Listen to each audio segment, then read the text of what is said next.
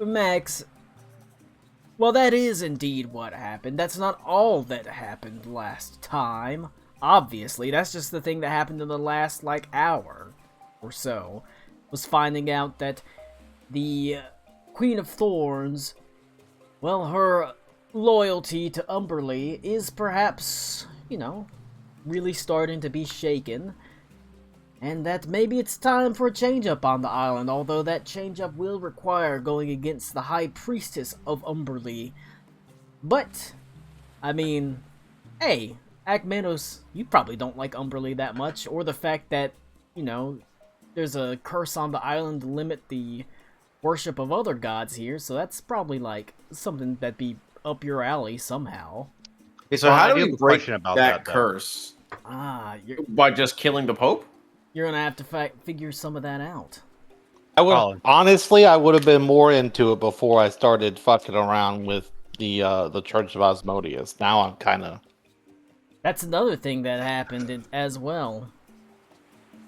You talked to the Church of Asmodeus, and you found out that, there's some fucked up shit going on, as Akmenos and Sertu went and talked to an Asmodean priest. And no, I didn't go. That was Mike. It was me and Mike. Valen.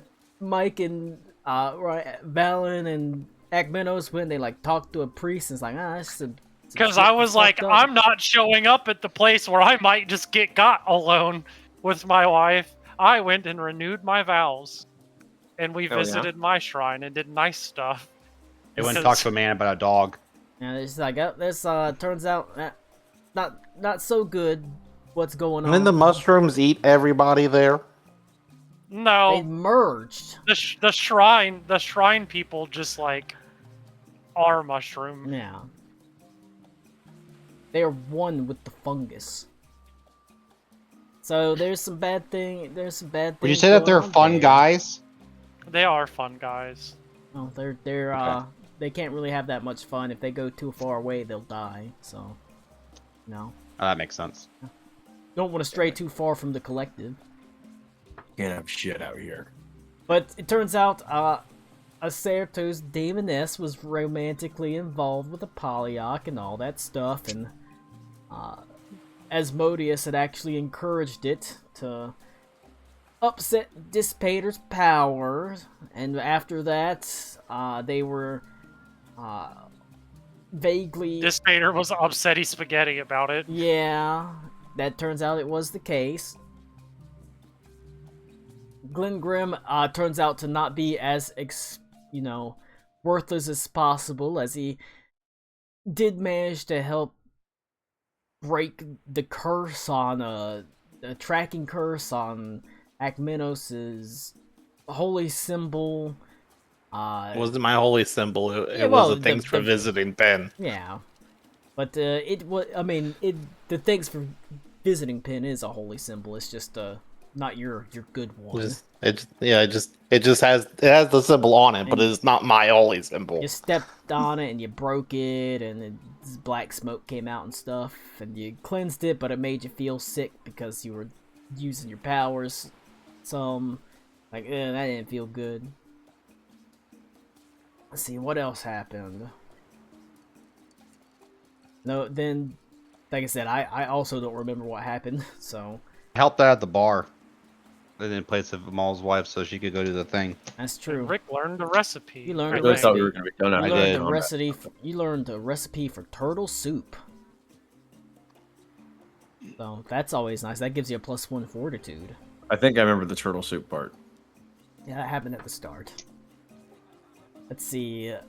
After that, Valen went to, a ballet. I was watching an Ashkashar ballet, and that's where he ran into the Queen of Thorns, and could tell that she was clearly upset and worried, as Elizabeth was there. They were on, the balcony, and he was escorted in, given free tickets to this fancy ballet, and as they were watching it, the Queen of Thorns was like, what have you said that you would go out your way to help me?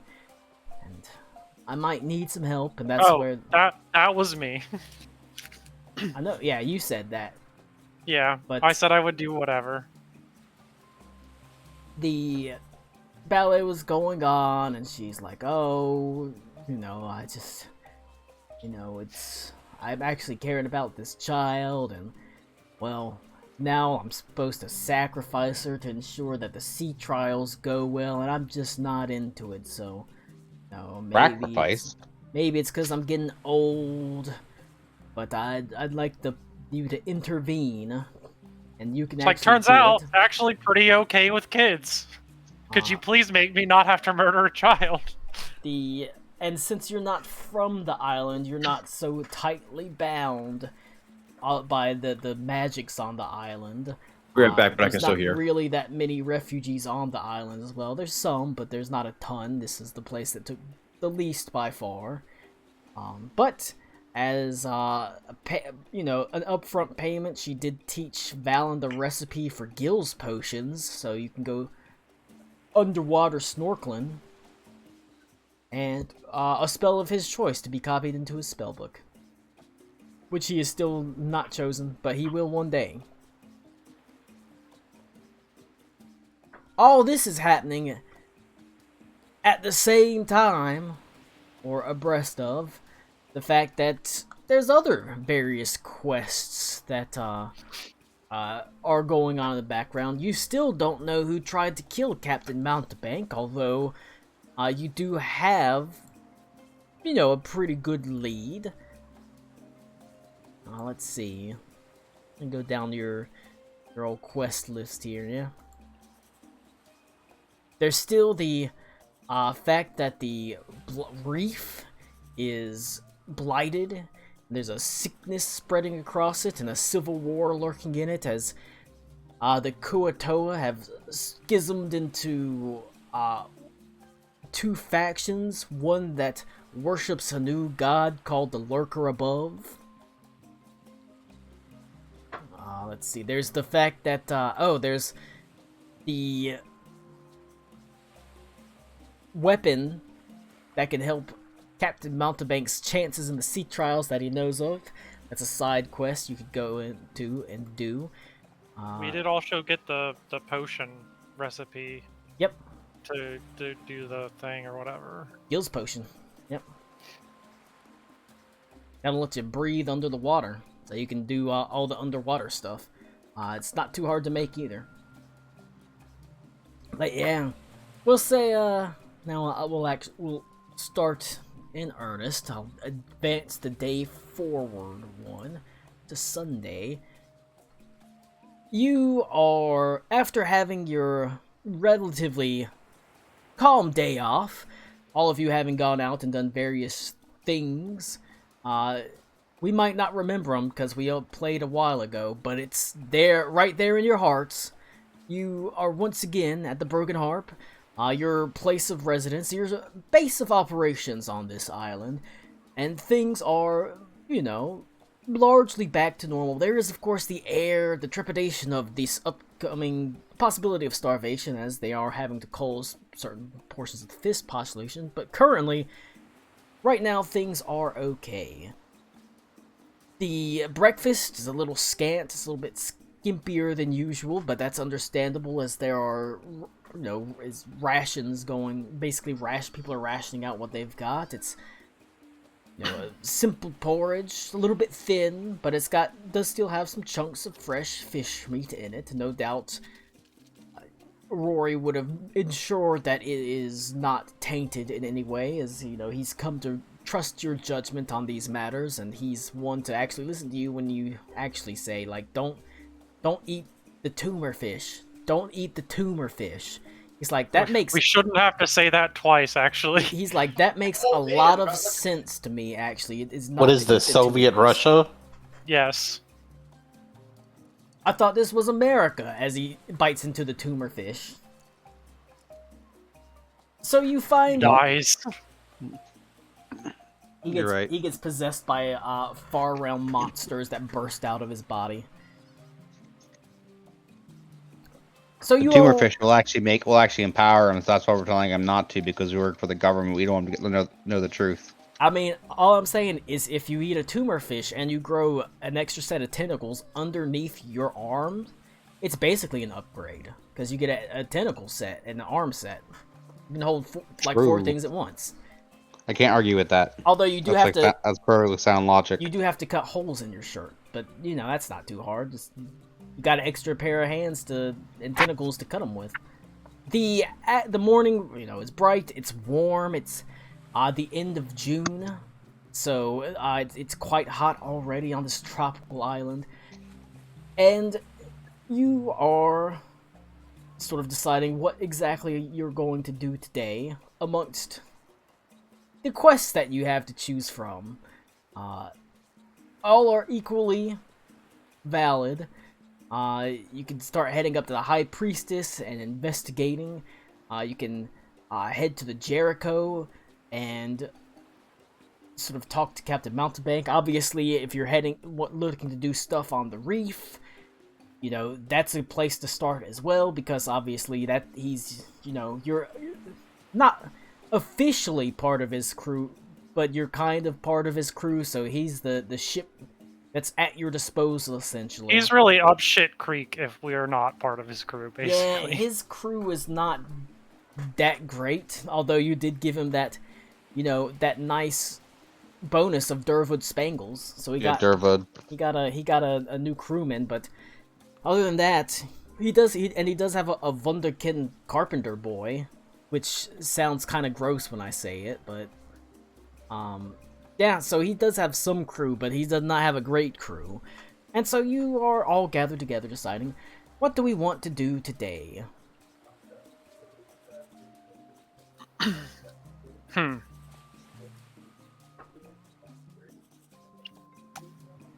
Well,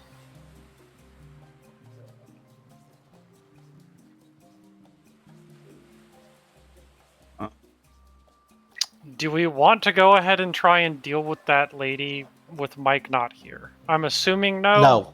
No. Okay, I didn't think so. That sounds like a boss. Yeah, I mean, it is.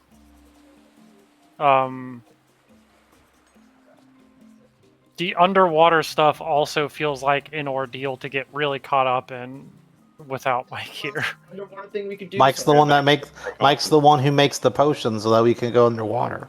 I mean, we could just have Mike make the potion. We could just say that. I mean, yeah, we could, but we also don't have the shit to make the potions right now. We could. How do you make the potions?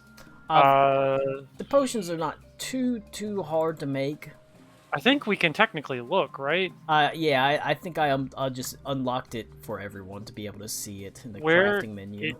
Is it stuff you can just get at the store? Yeah, you can just buy it at the store. Where's the crafting menu? It's the three on your character sheet, the 3 dots, and then the crafting button. How much is it? What is the cost per potion?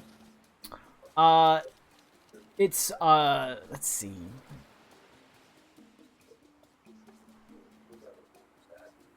We could also spend time fishing if we needed to get lampfish. That is true. It's lampfish, and you've got wild pepper. So a lampfish is pretty cheap. We could also technically use the fucking bad ones if we want to risk getting kits. Nah, that probably does something to it. Yeah. Lampfish, relatively common. You can buy a lampfish for like a gold piece. Is it one fish per potion, It's or is one fish good for multiple potions? 1 fish and 1 wild pepper per potion, so that's not. But you know, 1, 2, 3, 4, 5. So 5 gold. And wild pepper. How long did these last? Cheap. They last a day. Oh, a whole day. I think Colin City would do that just to make it easier on us, so we aren't like, to make it, like, straightforward. Mm-hmm. Well, we want to do the Kuatoa? Is that who it is? Yes, it is indeed a schism within the Kuatoa of the reef. We could check that out. You don't have to, you know, fight anything immediately. You can do check it out. You don't have to go kill the high priestess. You can just go visit the shrine first and stuff like that. Yeah. Don't necessarily have to like start fighting, go in throwing hands. Well, I was gonna go to the shrine anyway, so I'll scope it out. I'll see what it's like. That's probably better than all of us running up there. I think that's probably a little suspicious. That is true. I don't want to be going to pretty much any of the shrines by myself anyway. You can never tell when that you can never tell when that damn Misha the monkey's gonna be like around the corner. I'm gonna go scope this place out. All right. I'm gonna get the 411. Very cool. Go ahead and bring the notepad here. Colin. Mm-hmm. Well, he does that. I will work at the pub and attempt to learn one of those other recipes you offered me. All right. But you can do his thing first since mine's a minor. Yo, this dude's doing kids? What? What the What? fuck? No, Chilean miners. Do I look like an island boy to you? I'm not doing kids. We are island boys. Oh, that's true, dang. It is Except a them damn, all. It is a damn island. Except them all. She's not an island boy. It's true. She can be an island girl. Do not That's kick a lot less weird. Because he's an island boy. Wow, a twin cess is okay when it's women, apparently. not the same thing. Also, It's not just okay, it's hot, man. there's no implication of twincest when It is if it's you're an island girl. If you're an island girl, then that means you're an offshoot of an island boy, which means you're into twincest. All right. Akmenos. But we're No. we're quintuplets though. Akmenos, you decide that you're finally going to check out Or this... quintessential quintuplets. We're going to check out this vaulted shrine to Umberly, one that lies, several, well, not several, a few miles up the coast at the edge of a cliff that is It's a whole other country. surrounded by... You have to go to a different plane to get to this shrine. Yeah. It's surrounded by shipwrecks and the like. And the way is certainly quite easy to find. You can see that there is a well-trodden path that leads through the jungle foliage and through the underbrush parallel to the coast, gently winding every now and then between burns and small hills. You're not the only one that walks along this path, as there are quite a few men and women, all clad in the typical clothing of the island itself. Simple mesh shirts, simple mesh tank tops, and thigh highs, the most common pirate clothing.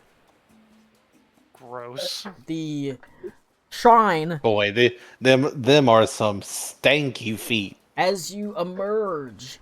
There's a biohazard when you get home and take those bad boys off. It's true, them dogs is barking. As you emerge from the... as you sort of walk along the path and emerge from the jungle itself, heading towards the coast, the first thing you see that rises up is a statue. Or at least, probably one time it was an impressive statue. It has crumbled in most ways. You can see there's like a torso, half a torso that's standing on cracked legs. You do see there's the arm of the statue. It has tumbled to the side. The rest of it you're unsure of. It is definitely not a statue of Umberly. But perhaps some other figure, some other god you're unsure of. But there is quite a few people. Can I religion check? Yes.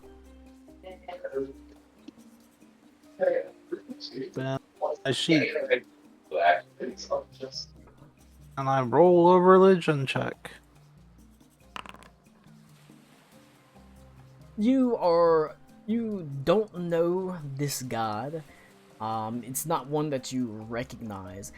You think maybe it's, maybe at one time used to be a more local god, but The statue itself appears to be cracked and ancient and worn smooth by sea winds and surf spray and like, as you do hear the crashing waves below you, sort of at the base of the cliff. You can hear it all the way as you walk up.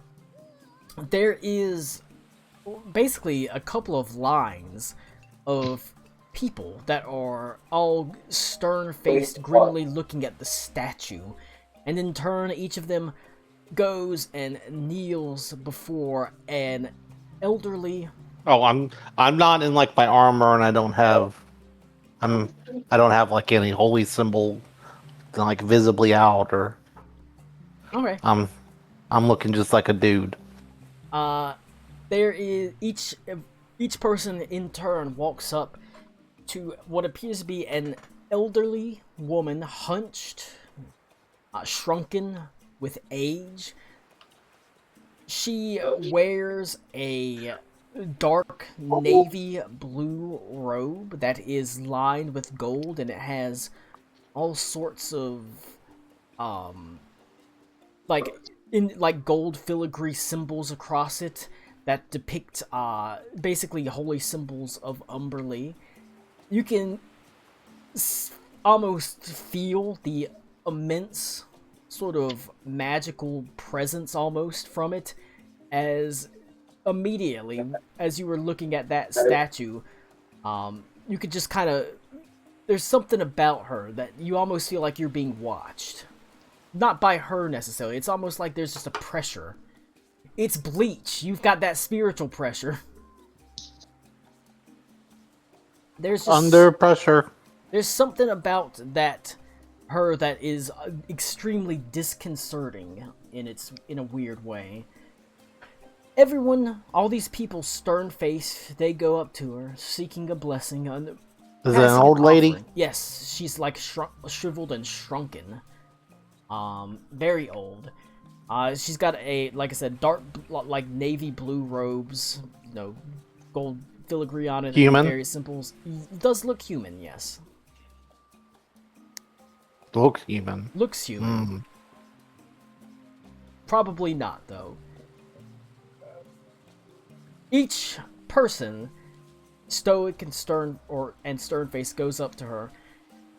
You can't hear what they say, as it's quite common, or it's quite quiet, as they just make a simple prayer, and they pass along an offering of some sort. Some pass along money, others food, all making sort of offerings to Umberlee as she takes her turn in time. She rather, in a sort of blasé manner, waves her hand and offers them a quick blessing as the line moves forward.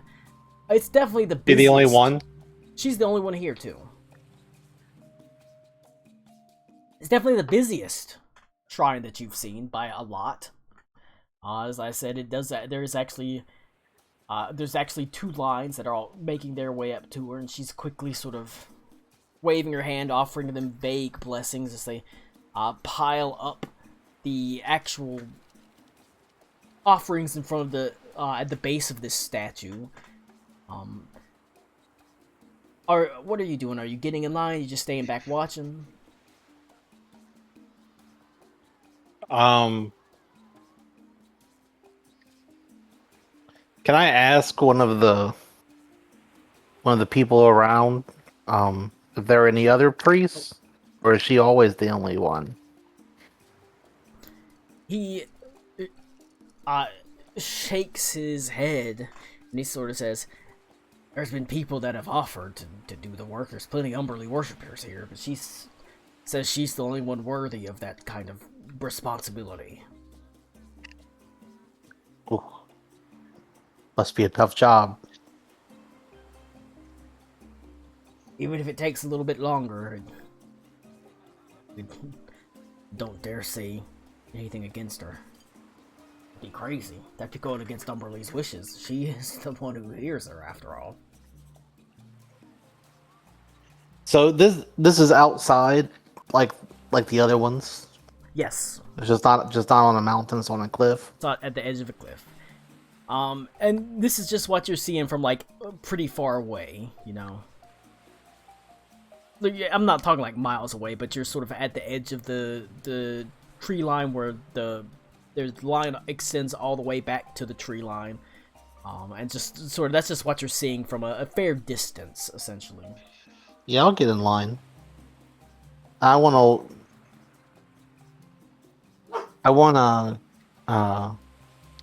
Would it be a religion? I want to know if she's actually like doing stuff to these people. Yeah. What would that be? Religion? Yeah. Religion. Okay. I don't know if they're like actual blessings or she's just saying stuff to these people, or she's. You have plenty of opportunities to see how she interacts with people.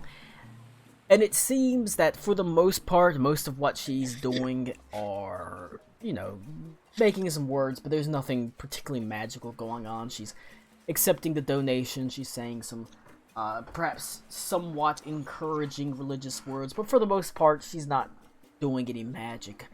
However, every now and then, someone comes up.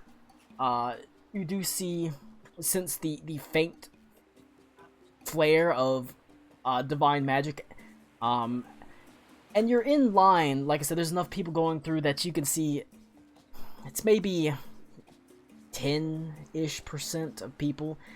She'll reach down and she'll touch her robe on one of the holy symbols, and you just see it vaguely flare to life, as then she actually does cast real magic on them. What on what, like, hurt people? What do they have in common? Can I determine anything that you from there? You can roll investigation. Is investigation a thing that we've got in 4th edition? I can't remember. It's just perception. What the fuck? No, that's just perception is the generic one.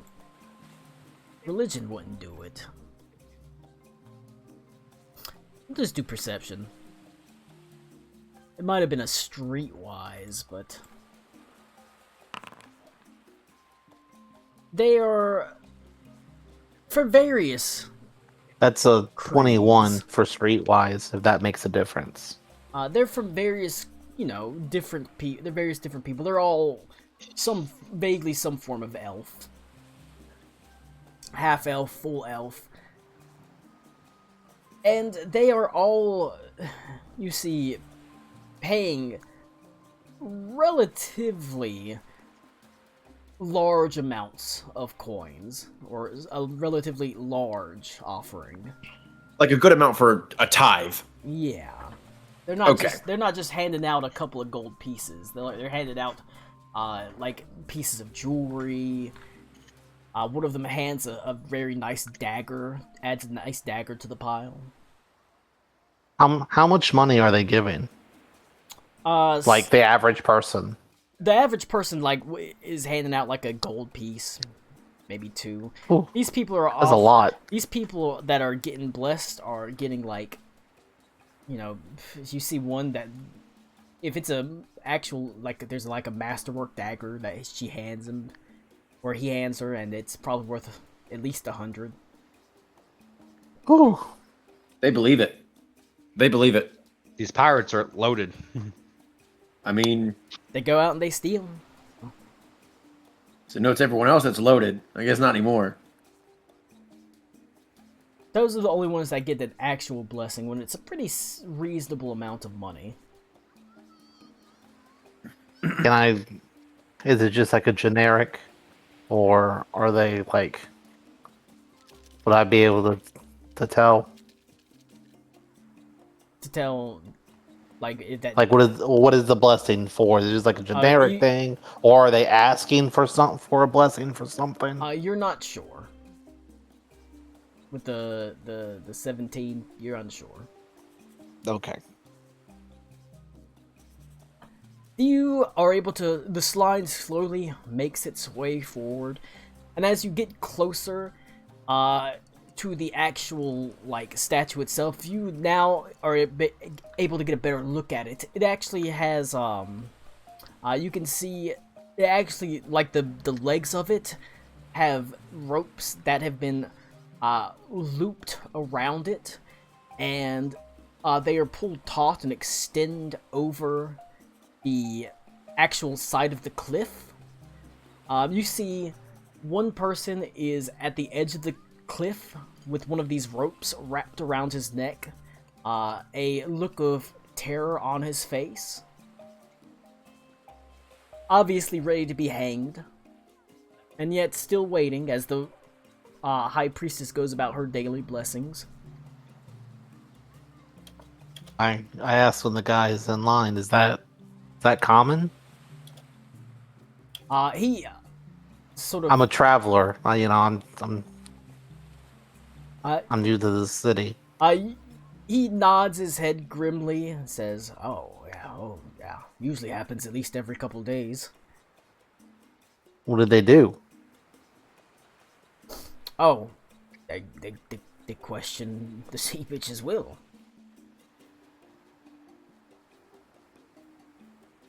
Well, it seems a little harsh. Does it?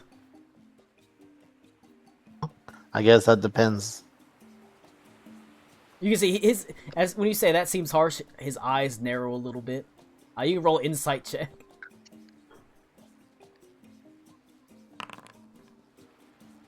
You can see he's actually a little bit not quite as trustworthy as he's like, is it harsh?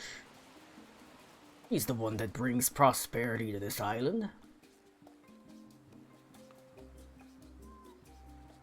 I'm just surprised is all. You're clearly not from around here, and I am. Been here a long time. Take it from an old timer. That's not the type of thing you want to be heard saying out loud, especially not here. I meant no disrespect. I'm not from around here. That's why I didn't expect to see that at the church. It's a bit of friendly advice.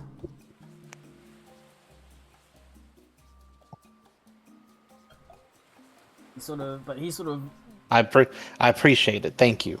Of course, I've been here my whole life. The Umberleys brought a great deal of prosperity to me and my family. That's what I'm hoping to get from here as well.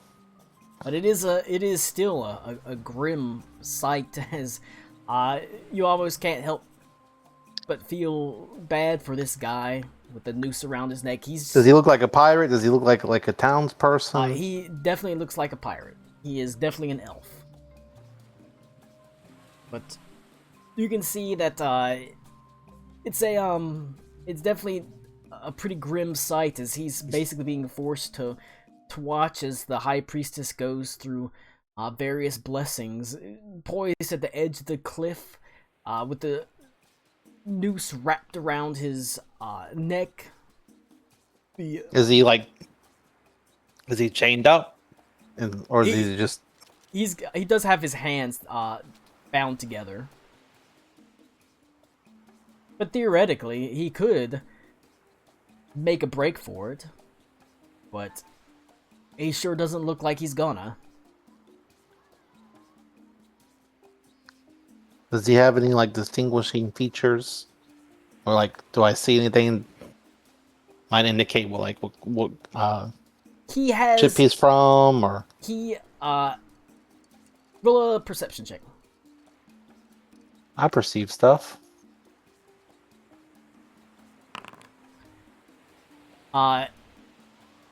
Across his lithe elven body, he has been stripped to just his breeches, and you do see on his chest there is a prominent tattoo of a sparrow with a key in its mouth.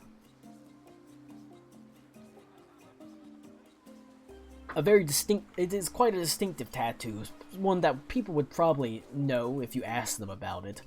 And while that doesn't necessarily give you the crew he was on, you could probably go around asking about the guy with the, sparrow chest tattoo with a key in its mouth. They'd probably know.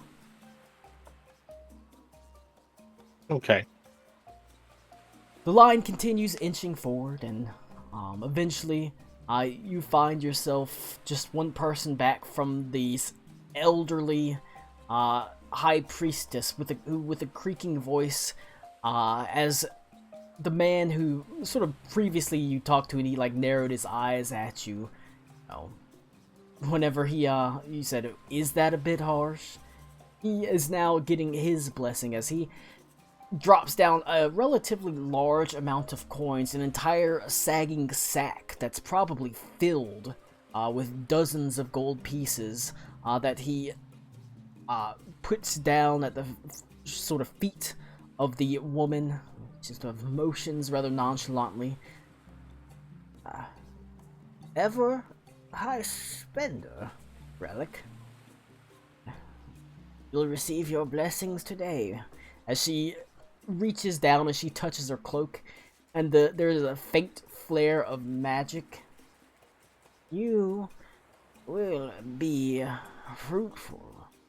Your raids will be incredibly profitable, and you will bring a portion of those to me. My God.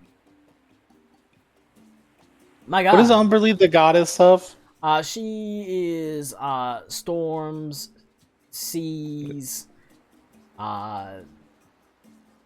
basically Being a total cunt. kind of. She is the sea bitch. But she says your passage. Legal. Definitely not Melora. Definitely not Melora. Your passage will be a safe. The currents will be with you. No storms, no gusts, no gales. He nods his head, and you can see there is the faint flare of magic as she actually does cast it on him. With tears brimming in his eyes, he gets up, nods his head, and he leaves the line as she looks at you expectantly. Your eyebrow arches up a little bit as you approach. She knows. She's onto us. She could probably tell he's from God. Long-time listener, first-time tither. But she sort of looks at you. Is there like a prayer or something they say? Then, or Assalamu alaikum. well, no, I want to know. Okay, I was gonna see if I can work out if That's there's that's a little racist, buddy. if there's any kind of ceremony or something that they do. You know, like They say, "May the sea bitch watch over you." Sorry. well, no, they walk up. They walk up, or they, like forgive. I'm sorry, mommy. I've been a bad boy. Like, Damn it. No, Done but right that now. That's the case. There isn't necessarily like a completely like formalized greeting, but usually there is a plea to Umberly, and usually they use like either like the Brine Mother or like the Queen of Storms, that sort of language. Those are the two most common ones, and they offer essentially to dash themselves upon the rocks if she so wills it. Which, the whole point is, then she's like, no, that's not necessary. You don't have to dash yourself upon the rocks. Ryan, you said it wrong though. It's sorry, mom. I've been a bad island boy. No, I'm a good island boy, which makes me a bad boy. But there is that's fair. It's a catch-22. There is a large emphasis on like sort of destruction and offering yourself to kind of be destroyed essentially by the ocean, and then at the same time by the high priestesses, and therefore Umberly's blessing you're spared that fate, essentially.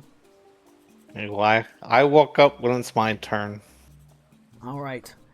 And you do see from here you can see over the edge for the most part. There is definitely quite a few shipwrecks that are at the base of this. You see the one half like of a ship that's sticking up. You can actually see its like top of its figurehead. It's like prow that's sticking up just over the edge of the actual ship itself, or not ship, the cliff itself. And you can see, just glancing over, you can see where the rest of that statue is, as you can just make out over the edge, like the top half of this statue is sitting in the surf. Looks to be a man. It's Poseidon, but it does look like it'd be a statue of some guy. I walk up to her, and I ask for the blessings of Umberlee, and if I'm not worthy, then I will dash myself upon the rocks. She smiles, and her crooked smile reveals that she has only a handful of teeth remaining in her mouth, and through her cracked voice, she says, "Brian, Mother looks kindly." That's much less scary than her having hands for teeth in her mouth. That's true. Boy, Brian, I'm also done with the game if that's the case. What if her teeth were toes? Ooh, God, no. The Bride Mother looks kindly upon your supplication. Every new lamb brought to the flock is a joy. It is Umberlee's strength, Umberlee's power, that will see you through your trials and tribulations on this most stormy of existences. Because the storms don't only rage in the sea, they rage within yourself. And the Lady of Storms, she will see it quelled. And you can see, she reaches out and she places a hand on you and offers that blessing to you. It's all... What do they call her? Like,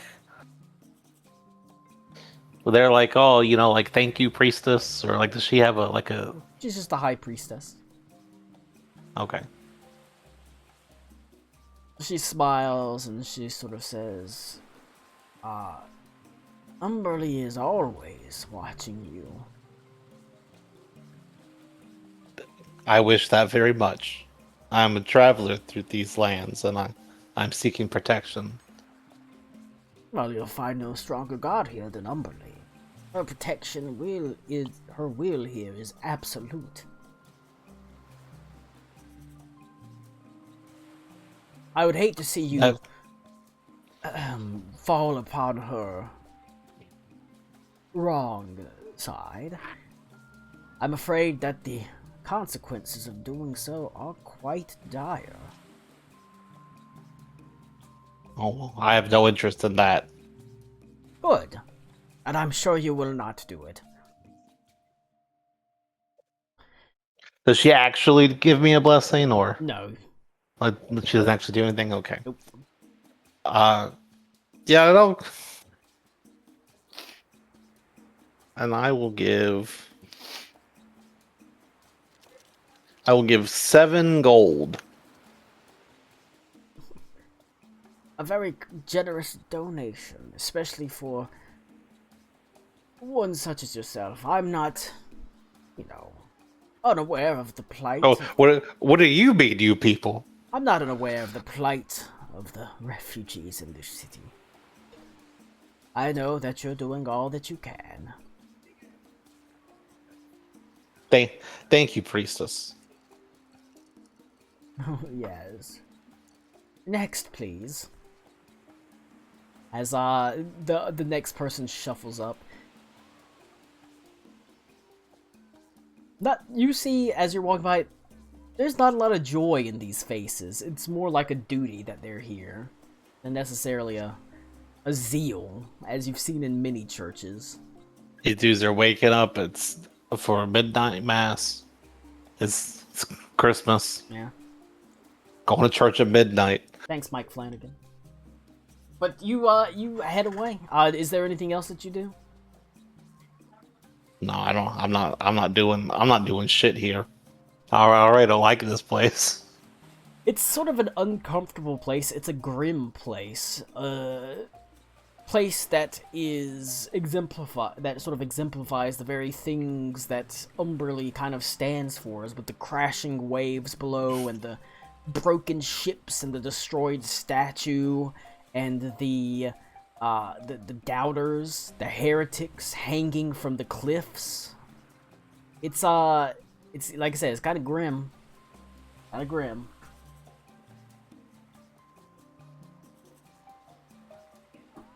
Meanwhile, back in the actual inn/tavern, the Broken Harp, you know, Vogan, you got the chance to really put your head down. There's only, you know, like I said, it's not the greatest cookbook in the world. It's a small pirate island. They've got a handful of recipes, but they do have at least one more that you can learn alongside Thora, who has come to master the relatively limited amount of stuff that she has easy access to on the island. She sort of is going to, she sort of looks at what you've all got in stock, and she sort of thinks about the best thing to actually make for the day, as she sort of says,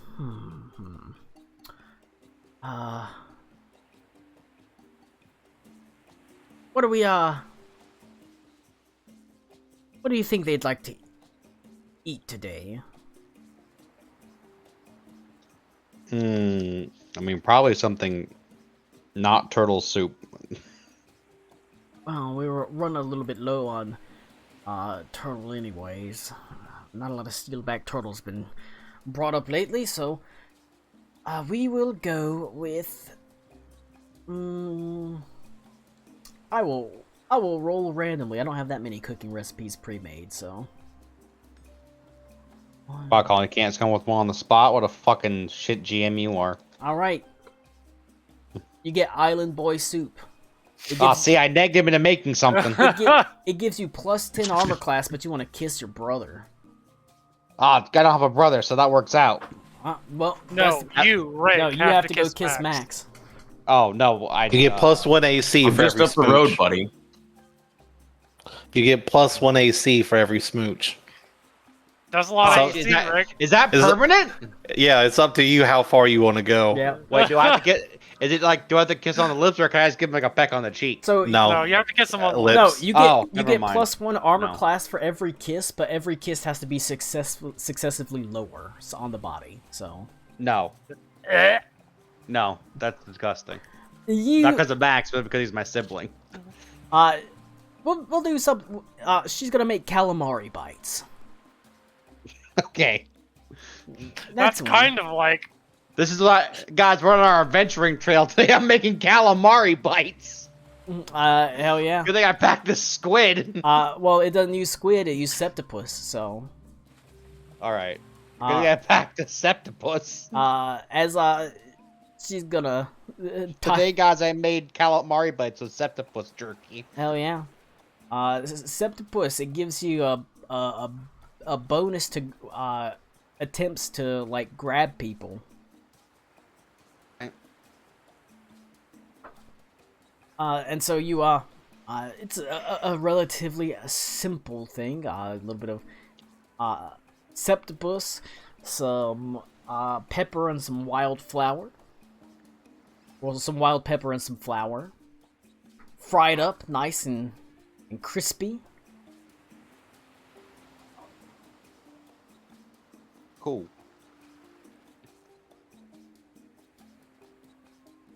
It might do anything for that, Colin? It might not be the most exciting of things, but no. Well, I help prepare it and I serve it today. It's a free recipe to get added to your like mystery stuff. Mystery recipe. Mystery recipe.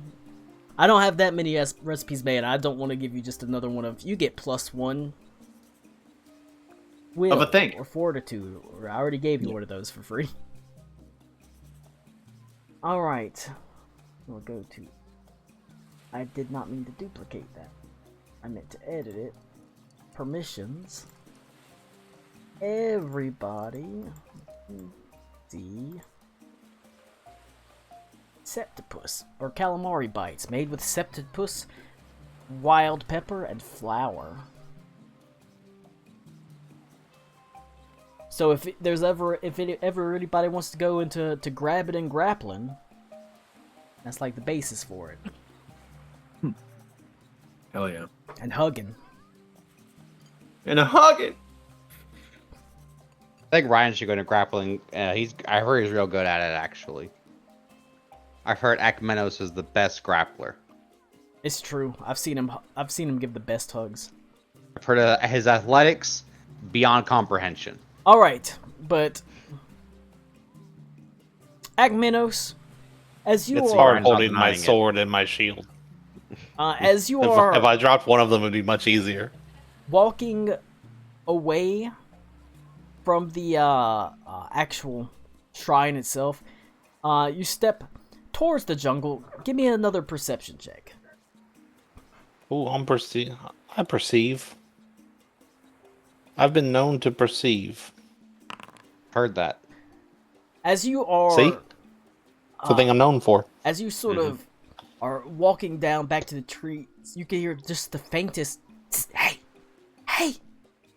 Akmenos, it's me! It's Misha. Oh my god, it's Misha. She's calling you. As you look over, hidden, tucked behind one of the trees is Kevin the Carpenter. From the crew of the Jericho. If it was Misha talking to Akmenos, I'm pretty sure Akmenos would just kill her. No, I'm walking. I don't have anything to do with this fucking monkey. Yeah, you go up. Kevin says, I did already say to everybody, do not fuck with the monkey. I didn't want anything to do with this monkey before.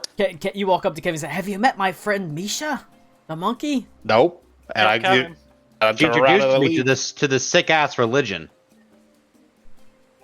But he goes, hey.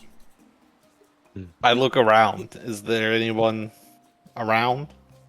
He's sort of on his own, but I did get someone that looked over him and sort of raised an eyebrow, but kind of shook his head. I'll go over to him. He sort of. What are you doing here? What are you doing here? I didn't think you worshipped Umberlee. I don't. I was here because I'm gonna get in trouble if you tell the captain that I was here. Captain don't like Umberlee. Yeah.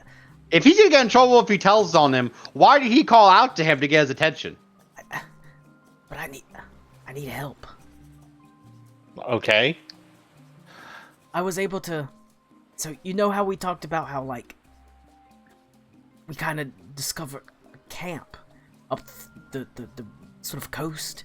Well, it's not that far up the coast from here. Do we have to be like squatting in the woods to have this conversation? Well, I was taking a dookie, so. What? His pants are down right now.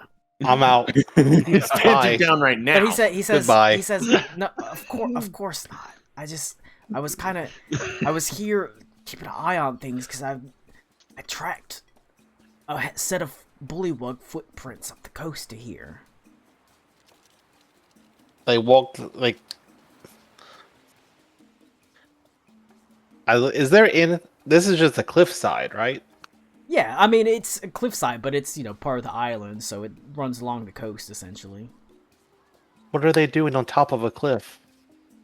That's what I was. Are they diving off of it? That's what I looking at the view. Came up here to see if I could see the bullywugs or something, or see if they came up here. That's what I was here doing. I just came back from the shrine and I did not see a single bullywug there. Well, he sort of says, I wasn't, I was supposed to go back to the ship, but, I was getting a little kind of impatient, and so I came to have a look around, because they tried to kill the captain again. We had another attack How on the did you track them here? Did you see one? Well, no, but I saw their footprints, and they were definitely bullywugs that attacked us. How? You saw their footprints here at the shrine? Well, I mean, I saw them on the... I guess he sort of looks around. Well, they were headed this direction. Because this is woods, so they didn't come from here. Well, no, I followed it up the coast. Because you're on the coast. Yeah. What is this like sand or is this grass or? It's pretty sandy. In the actual forest itself, it kind of muddy. Because it's always sort of damp. It's always kind of rainy. It's quite a bit of underbrush. Theoretically, if he's not too bad of a tracker, it probably could be tracked. You could tell. Can I make a perception check to see if I see any tracks? Oh, yeah. Oh. That's bad. You're, like, looking around, like, I don't know. You can kind of see... It's hard for you to be sure. I don't actually know what a bullywug track looks like. There's definitely... Like a giant frog foot, probably. There's definitely, like, tracks to be seen. But like, you can't really differentiate from, like, a bullywug from, like, the humans that are around here. I don't know what a bullywug foot looks like. Where did you lose them? Well, he says... I saw where they came up on shore, and then after that, I went up on shore, and I was starting to track them, and there were tracks that led up here, and I followed them for a couple miles up the coast. He sort of motions, and he sort of says the tracks, well, it ended, maybe a half a mile ago, but it was definitely going in this direction. I didn't see him turn back, but I don't know. Did they go into the ocean again? I guess it's possible.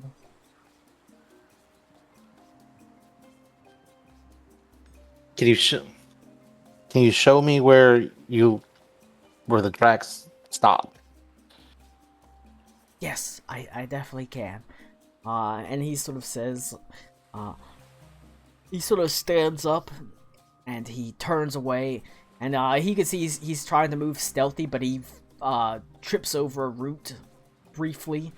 Stumbles away. For the most part, it looks like, as you look around, it looks like his stealth is probably not that necessary. There's a lot of people here. And whenever they notice him, they just kind of shake their head like he's just some sort of weird dolt. But he's still... like, maybe we should give him money. He still puts his head down, he sort of moves away. And you follow him. He has to stop every now and then and try to remember exactly the path he took. But he generally stays parallel to the coast as he's walking. The cliff itself sort of slowly, descends back down to sea level. And he is able to... Is it like a straight drop? So the cliff itself is actually not that much of a portion of the coast. The cliff is a sheer drop, but pretty quickly the cliff itself sort of descends back to sea level. It's like just a big rise, essentially, at the coast that just drops. How high is it up? It's only about 50 feet up or so. Okay. But he is able to lead you to about a half a mile away to the last place that he is sure that he saw bullywug tracks. Here it is there's a lot less obvious tracks. Like at Umberlee Shrine, there was tracks everywhere because there's quite a bit of traffic there. Now that you've got about half a mile away, and you're opposite the direction of the town itself, you're going sort of away from the town, more into the jungle. You can see now there is tracks, and even though you're not sure they're bullywugs, you're pretty sure they can't be confused with like another person's, or it could be a lot of people. Where is it going? Roll a nature or perception. You can easily make out the actual tracks here. It is broken branches, sort of overturned ferns, and you can see faintly in one muddy area basically a print that has like 3 fingers on it. You are able to actually get a better sort of glean on the direction that this goes in, as it is indeed heading up towards the shrine, but it rather abruptly turns and goes back into the ocean. As you can see, it passes through the tree line. You can vaguely make out some of the tracks in the sand as it pops back into the ocean, only about a half a mile from the cliff. I show them where they turn around and they go back into the ocean. He sort of says, I didn't see that. I thought it might have kept going. How close is the tree line to the ocean? It's not very far. It's only maybe 150, 200 feet. What kind of trees are these? They're relatively large, sort of... They're not like palms. They're closer to like mangrove trees. They have like thick, sort of fat trunks, relatively significant roots. You suspect that this place is probably prone to flooding, and so they're more like akin to a mangrove tree than like a palm tree. Okay, so I could probably climb it a little bit. Oh yeah, you could climb it quite easily, probably. Well, no, there's not like a big branch I can sit in, but I can like I can get up there. You can definitely get up there. It's not like just like a big stick, like a palm tree or something. Yeah. It's easier to climb than a palm tree, that's for sure. I climb up a little bit. I just want to get just like a little bit up. I want to see if I can see anything. Okay. The trees themselves are not particularly high. They're squat. Like I said, they're sort of mangrove trees, but you are able to get a pretty decent, vantage of the nearby area. Sort of have a look around. Put one finger to the wind. Check it. Have eyes on the general area. Roll a perception check.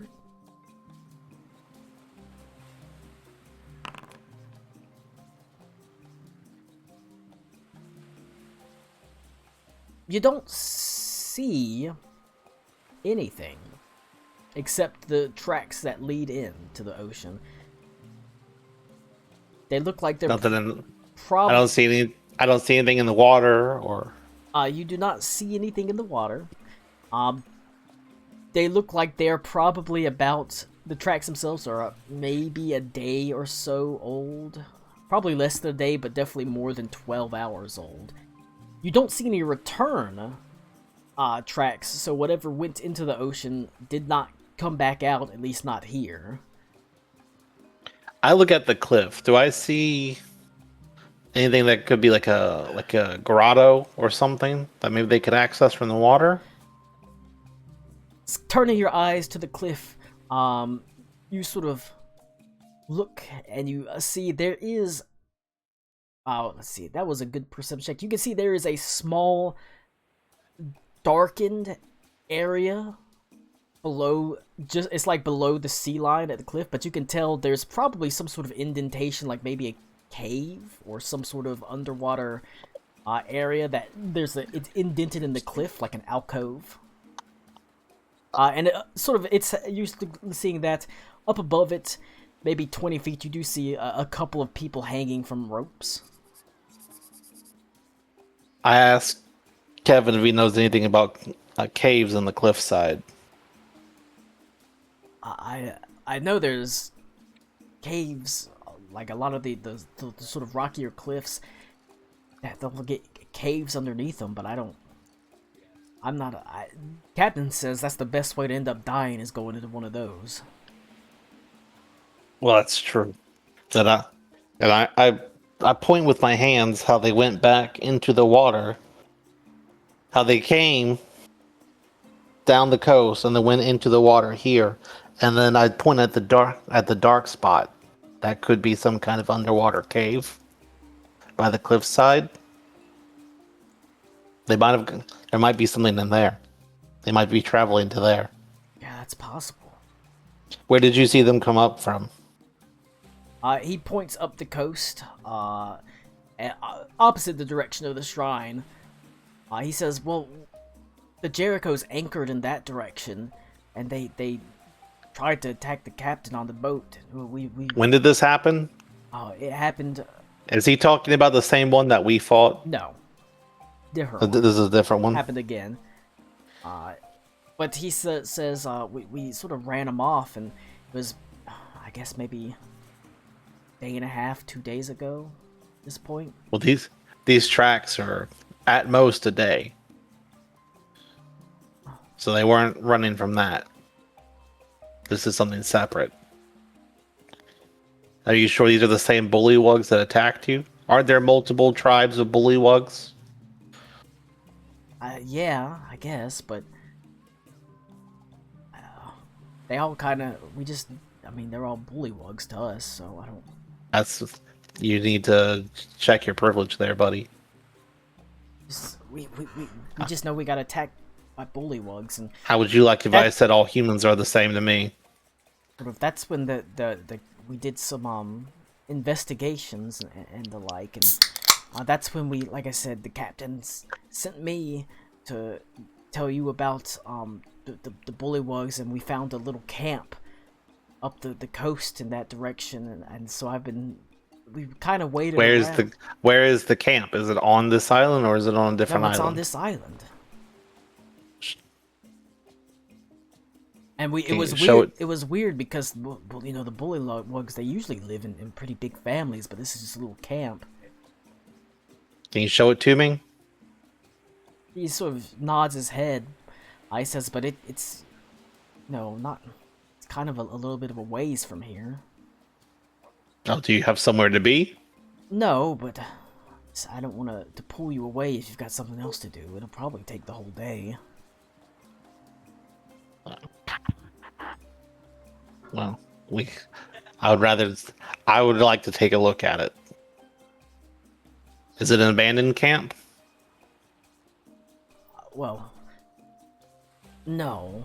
I definitely think I remember seeing some smoke rising from it. I didn't see a fire, but I did see smoke. But you haven't actually seen the camp. Well, no, but we saw. So how do you know it's a bullywug camp? I mean, I guess it could be halflings, but no one else lives out here. And halflings usually stray towards the mountains instead of the coast. Let's check it out. And the like. But I climb down. He looks sort of at you as you climb down. He offers his hand to help you down. I take it. He sort of says, "It's kind of exciting, though, right?" Well, yes.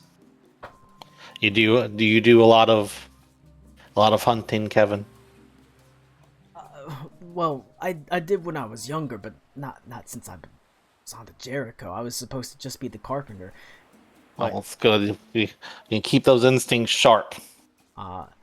He sort of said, I was never really much of a fighter, but I was always pretty good, like with my hands and with my eyes, and I was able to do stuff like that. Oh, that's most of it. But he sort of says, that's why, you know, and I know I'm going to get in trouble because the captain told me to stay on the boat unless absolutely necessary. But he doesn't need to know. He doesn't need to know, exactly. And maybe we'll find out it is necessary. He sort of says, after all, I'm not really going out and, like, hunting these things on my own. I was supposed to come and get you and tell you about what happened. You got me and I'm doing it. Exactly. That's what I was supposed to do. How am I supposed to find it without you? Exactly. As he puts his head down and he sort of says, all right. So what I do know so far, what I tracked him is after the attack on the ship, and we were looking for, you know, signs, and we saw the smoke. That's when I, you know, just happened to I put a rowboat up the coast, and I looked around for tracks, and I saw animal tracks and the like, and those you expect, but You know, I was looking for bullywug tracks, and when I found some, this is where I followed them to, and that's where I ran into you. Let's take a look at this camp. Let's see. Alright. It is indeed a little bit of a trek. It's definitely a few miles up the coast, and it's a few relatively rough miles. So I just want to say, I am absolutely not fighting anything here because I don't have any of my stuff with me. That's probably why. I said I don't have because I said I'm not bringing my stuff. It is a rough travel, as you can see why perhaps you know, it would, even though it's only a few miles, it would take a while because you're going through some pretty dense underbrush, some pretty, like, swampy areas, actually, some actual, like, mangrove type areas, as, every now and then, Kevin will stop, sort of look around, and he'll look at a tree, and they say, yeah, it's definitely this direction. After about half a day, you do get to where he pulled up on shore. You can see there's a rowboat that has basically been pulled up on the beach and pretty far secured with a rope tied to a rock. He says, sort of, this is, you know, where I am. I initially sort of came in, and I think the camp was maybe a mile up that way, but I came across the bullywug path going that way, as he sort of is pointing in different directions. Essentially, he's just sort of vaguely motioning where he's going. He's sort of kind of excited at this point. Did you see anything on the coast while you were rowing? He shakes his head. I didn't see anything, but I do know that the smoke came from that way. I'm pretty sure the camp is away from the shrine. I just don't know exactly where. I do know it's somewhere on the coast or close to it, though. At this point, he starts looking around. Go ahead and give me a perception check. Or a nature check.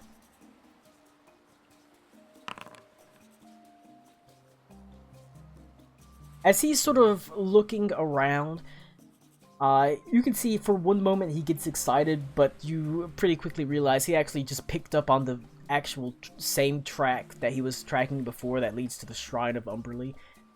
You, however, spend a moment and are able to find a slightly more disguised track. One, well, not necessarily disguised, but harder to pick up, that leads in the opposite direction. Bullywug? Definitely bullywug. How old is it? Within the last 2 days. Okay. Going the opposite direction or coming from? Going towards the shrine. Going towards the shrine. Okay. Yep. All right. So I follow that. All right. Well, I go in the direction that it's coming from, not where it was going. Are you being stealthy about it, or are you? I would like to be. All right. So I don't have my shield and my armor. That's true. So this is what I roll is not going to be actually what it is. Yep, you got like +4 or so to it, I think. Yeah. So let's see. That's a -2, so that's a 3. So that's a 7. That's very bad. I'm not spending an action point because my stealth is terrible no matter what. You're not very stealthy as you move along, as you crunch through actual underbrush. You step on twigs and they snap relatively loudly. You're not a very stealthy lad. Kevin, well, let's see how his stealth is. Much better than yours. Every time you land on a twig, he like winces a little bit, but he doesn't say anything. That's okay. We average out. You average out. You are move a little bit slower, tracking through the underbrush, until eventually, however, the first thing you sense is you actually smell smoke. Just the faintest hint of it, this sort of sweet, sort of smoke. How dense is this? Are the trees here? Pretty dense. Can you not see very far? Not really. Even though the trees themselves, the trees are relatively dense, but sort of worse than that is the canopies all sort of are wide, and so there's not a good way to see the sky that well.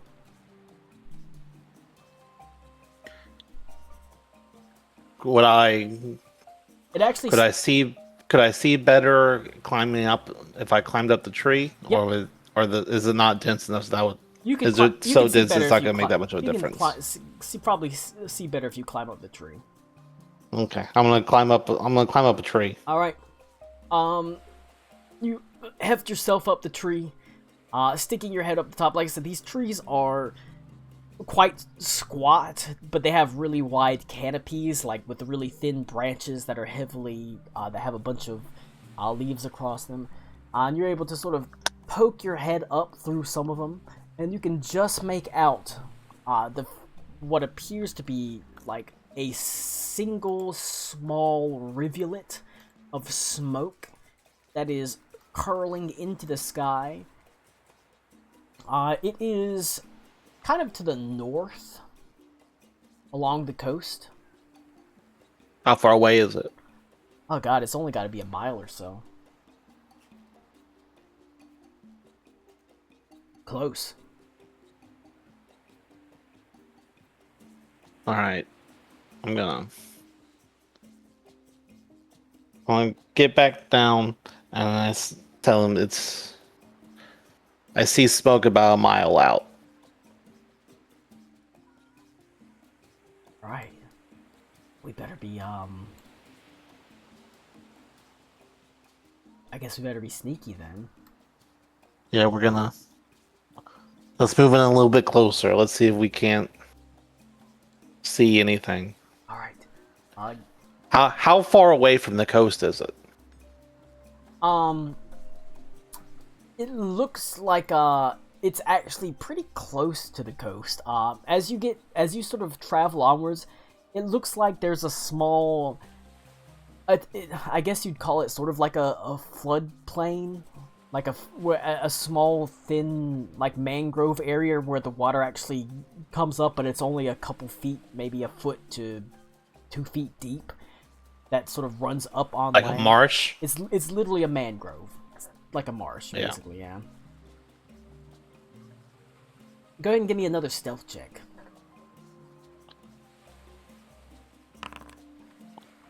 Okay, so this one, so that's a 10. It's not so too bad. That should be a 11. Not too bad. Let's see how Kevin rolls.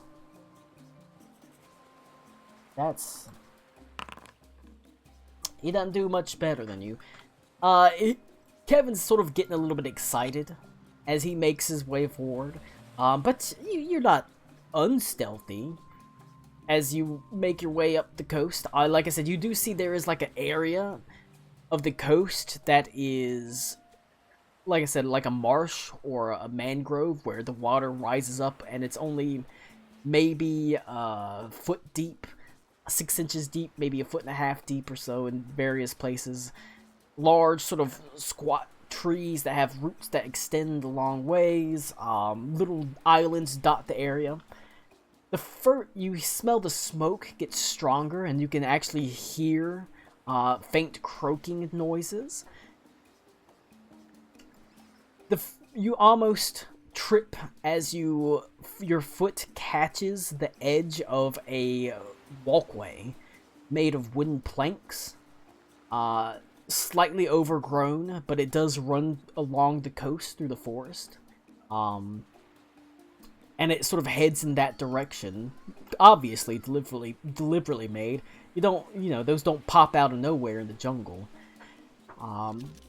You make the wise decision to not walk along it, but you do sort of shadow it, keep it, off in your periphery. You hear a faint thud, thud. The sound of wet slapping feet walking along the walkway. I hate that. Towards you. As you can see, you sort of still have your head down. A bullywug is walking along the walkway. He is armed with a sort of a short spear that has a flint tip at the top of it. Do they look like the bullywugs that we fought that time? Roll a perception check.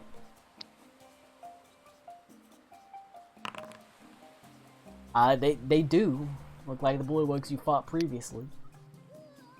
Or he does, at least. What is a bullywug lore? Is that history? They're humanoids. So yeah. Nope, I don't know a lot about bullywugs. You don't know a lot about bullywugs. That's lore accurate. Like, Benos would not know shit about a bullywug. But they do look very similar. They're clad in the same sort of style of clothing. Maybe you're bullywug racist, Ryan. Basically, clothing that's I might be. That's what I was rolling to see.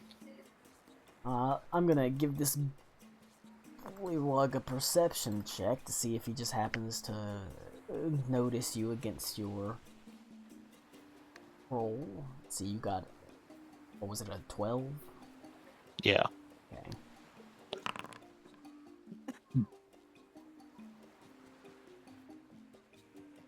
As he sort of walks along, he's scanning the actual underbrush, sort of a little bit casually. You are what color are you, Akminus? Are you a red man? Yeah. Your red skin does not exactly blend in with the jungle all that well. As he pauses, and he does see you. As he with a loud croak, levels his spear at you. He is croaking in a language that you don't know. Ask Kevin if he speaks bullywug. He sort of shrugs and he sort of shakes his head. I don't. Kevin should ask them if you're going to croak as a euphemism in their language. I think that's racist. I think that's racist. I got an idea. How about you croak on these nuts? Oh fuck, bruh. All right. No, that stays. He kills all of you, but you are. I think we should leave. All right. You are, unfortunately, the bullywug has seen you as he turns and he levels his spear at you, letting out a loud croak. I'm gonna put my hands up, and I start walking back. What's everyone else doing? What does everyone else want to do? Bunk, I don't know. I'm worried about that the lurker above, whatever the fucking schism with the fish people is. Yeah. That definitely sounds like the fucking eyeball thing. Like 100%. The lurker above, it comes out of the sky. Come on. They're in the ocean. That could just be like a little bit over them in the ocean. I mean, the sky is above them in the ocean still. So sky's a totally different domain. They don't know shit about the sky. Actually, Ryan, the sky and the seas is actually like intertwined, or intrinsically.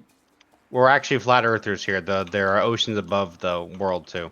That's what the firmament holds back. How the fuck does that work? It doesn't, Max. What the fuck do you mean? I know, but like, how do they even explain that? Like, there's a dome above the earth, and above it is water, as stated in the Bible. The waters of the heavens, Max.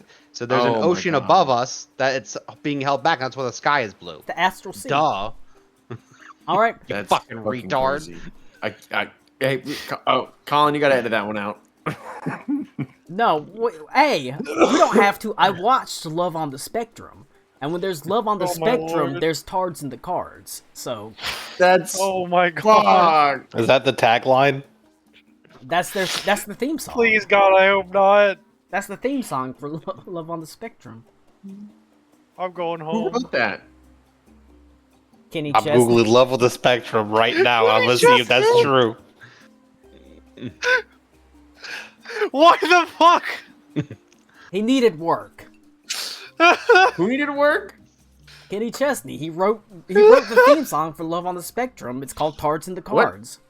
Don't tell me that's real. Please. Don't tell me that's real. Ryan, what did you find? I'm Googling it. I'll Google it.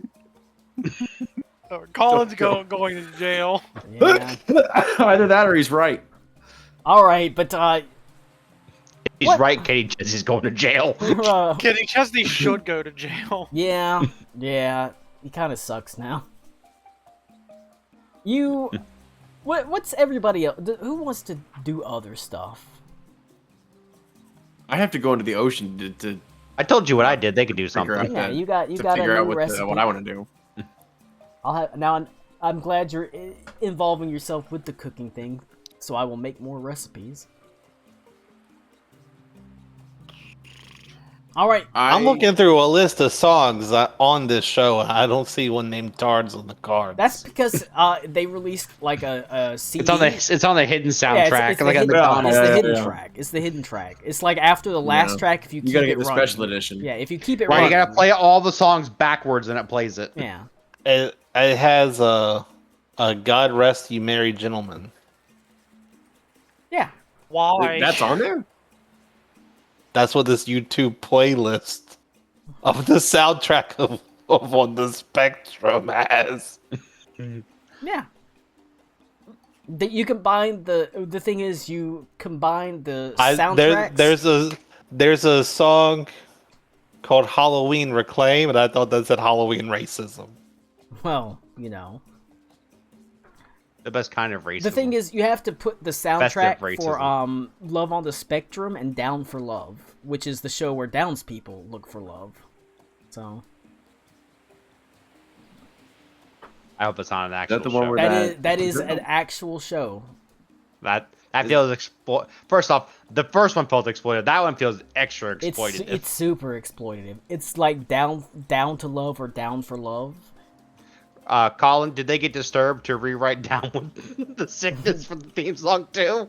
I think they only did one season of Down for Love because I think I'm not sure they could. I'm not sure that would pass. Like that. There's no way that did well. it did. I think they were like, this doesn't.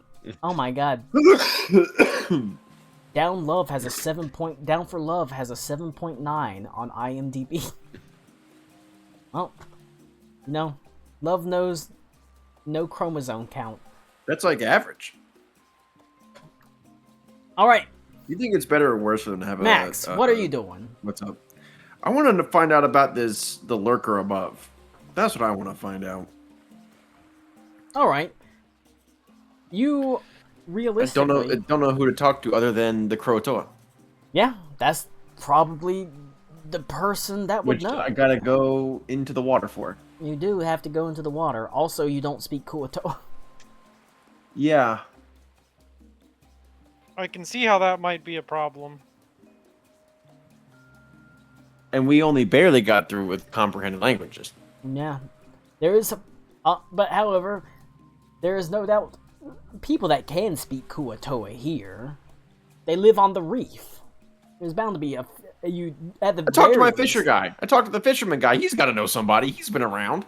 Yeah, you at the very least know one person that does know it. You do know the queen knows it, but she's probably busy, not killing her child. Yeah. You find. I hope that most parents are busy not killing their child. Yeah, well, you know. It's technically not her child. She's not a parent. She's. I mean, kind Max, of wow! Max more said like a that adopted ward. children aren't actually their Yeah, children. it's not. That's fucked up. No, It's not her child. It's she's a more like a ward. She's more like Batman, and that's He's Robin. like a guardian. And Robin dies all the time, and you just my replace him. God. Yeah, and he just makes a new one. You find your old fisherman friend. He is, at his He's fishmonger watching Down store. for Love. He's watching Down for Love. And he sort of says, I don't understand how Downs people have sex if they don't have buttholes. And you have a lot to explain to him about how he's wrong about basically everything. I did not become a chronicle so that I could explain how people with Down syndrome, whatever the correct term. We're gonna is. play next week, and Please move on. we're gonna play next week, and someone's gonna say something about love on the spectrum, and Mike is gonna be like, "What the fuck?" No, we're gonna say something about Downs for love, and he's gonna be He's like, "What's he's missed so much lore. that?" I wish I missed some. All more right. sometime. We'll pull it together. You find that he is at But- his stall, but he can see I he's couldn't find kinda- cards on the cards, but this lady on Love on the Spectrum did write a song for her boyfriend, and That's it was just- really sweet. That's just sweet. Except she rhymed pizza and river. Hold on. That's No. it's called a slant. That is Wait, impressive. did she do pizza and river? Did she like? It's a slant Like- rhyme. That's not a. That's It's a slant No. rhyme, Max. that simply isn't. That's real slanted. It's, That's it's almost real horizontal. slanted, but it's still a slant rhyme. But you find that he's got a grim look on his face. He's sitting at his stall, as you have found him before. But he seems a little bit almost sunken. His face a little bit pale. Oh no, is he sick? Don't tell me he's sick. I'm gonna be pissed if this guy dies. You've been eating the fucking It fish. seems like No. he's upset. Not necessarily sick, though. Okay. He says hello as you walk up, but you can feel the tension in his voice. I ask him, why so down, friend? It's just my damn grandson. He's still out there, insisted on catching whatever, and we told him that he should throw the sick ones back, but he just won't listen to us. I think at one point someone told me that you can lead a horse to water, but you can't make him drink. I know, but I mean, he's still my grandson, and he's Yeah. pretty much the last family I've got left after his father. Sometimes Or the die. ones we love, don't listen to us and they make bad choices and we have to simply watch them learn. That's a ball watching Ziggy eat her 18th nail. Well, Max, No. I've heard that you can leave a Downs to love, but you can't make them fall on it. Yeah. What the hell is that even supposed to mean? I mean, What does that even mean? That's brought to you from the mind of someone who runs pizza and river. That's what I'm saying. I'm going home. You find that We're done. he says, it's upsetting. He's mostly last family This I is got left." upsetting. I mean, to tell you the truth, there's not many fishermen in this place that know the bay as well as he does. So I guess that makes him feel like he knows better than everyone, but there's some things you just don't understand. Nobody can plan for whatever this shit is.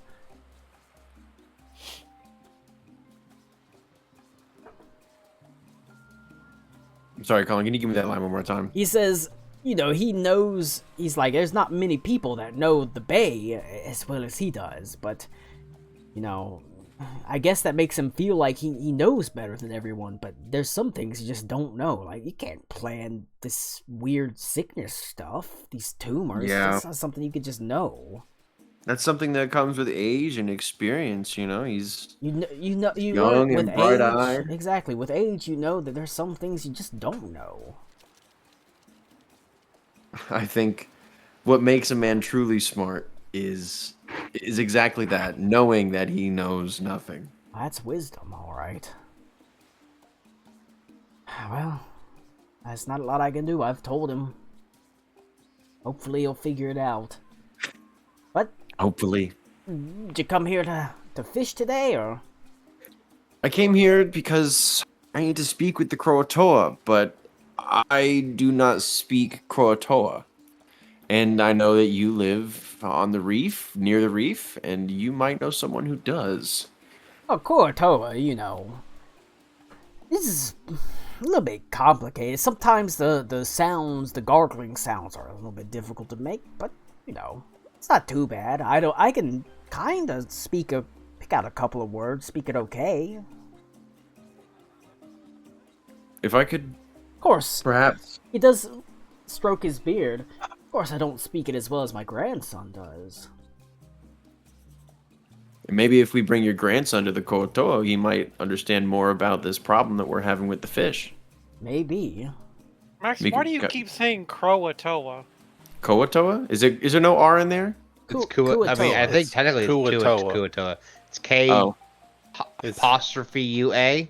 It's my like bad. K-U-A Or is it- apostrophe T-O-A. or is it K-U- First, apostrophe A. there's definitely no R in it. It's like saying There's like, definitely oh, I not- didn't think that'd be a good ideal, you know? It's Croatoa is what the it's K-U-O is the missing colony. apostrophe T-O-A. Okay, so it's Kuatoa, not Croat. My bad. Well, I'm speaking telepathically, so it's whatever his idea of the word is. So who cares? Yeah, I don't think- I didn't doubt don't think that's that true. you understood, or like your character understood. I don't think you understood. I ain't never been here. Krakatoa, east of Java.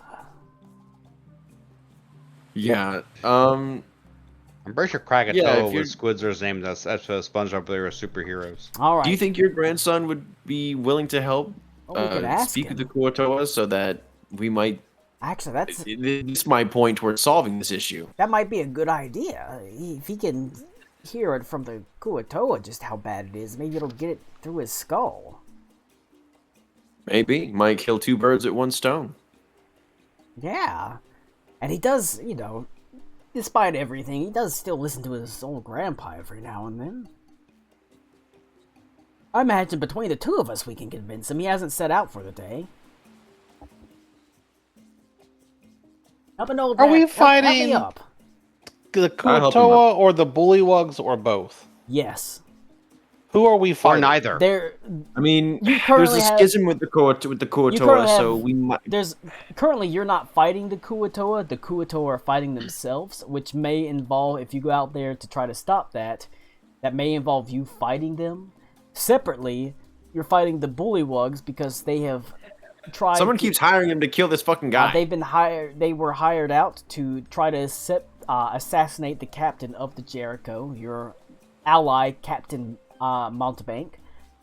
So you're kind of fighting technically both of them, but for separate reasons because it's, you know, it's a We game. currently only have beef with the Bullywugs, though. We don't Currently, have. you do only have beef with the Bullywugs. The Kuatoa are just Okay. something you can help with, theoretically. They are potential beef. They're potential beef.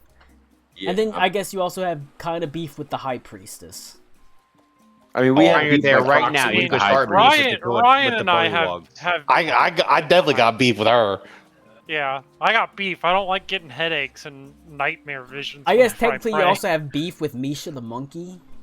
Oh, Nah. I got beef with a lot of devils. Wait, we got Nah. beef with the fucking evil bad guys too. The Yeah. The cult Shard of the Black Minds and the- Star. Yeah, Yeah, I got I get- beef with yeah. a lot I of guess, people like you that. got beef by proxy with the Kuatoa because it seems like they might have some Far Realm stuff going on there. So, you know. If you go through an entire list of like relationships and how they connect to various different like people, you might have beef with everybody in the world theoretically.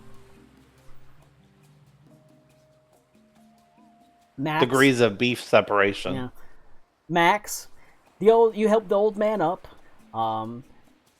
He sort of leans on you. Even over the past couple days, it seems like he's been drained. You know, Vampires. it's hard. Fuck. Now you've got beef with vampires on the island. There's some fucking vampire out here ethering people and wearing it- shit pants, seems- and now we gotta go fight him too. It seems like a lot of the stress that's happened over the past like couple days is taking its toll. And he sort of leans on you a little bit as you make your way up the dock to his grandson's fishing boat, his small fishing. It's a little more than a skiff, really, but you know, he's something of a fairly decent fisher by reputation. As he sees you approach, You can see he almost sort of sighs and rolls his eyes a little bit. And he says, "Gramps, I'm not gonna stop fishing." We're not here to tell you to stop fishing. We actually need your help. Oh yeah? You need my help. Is it because you need to know the real truths? The real histories that are going it's on this this guy. island? It's the flat earther.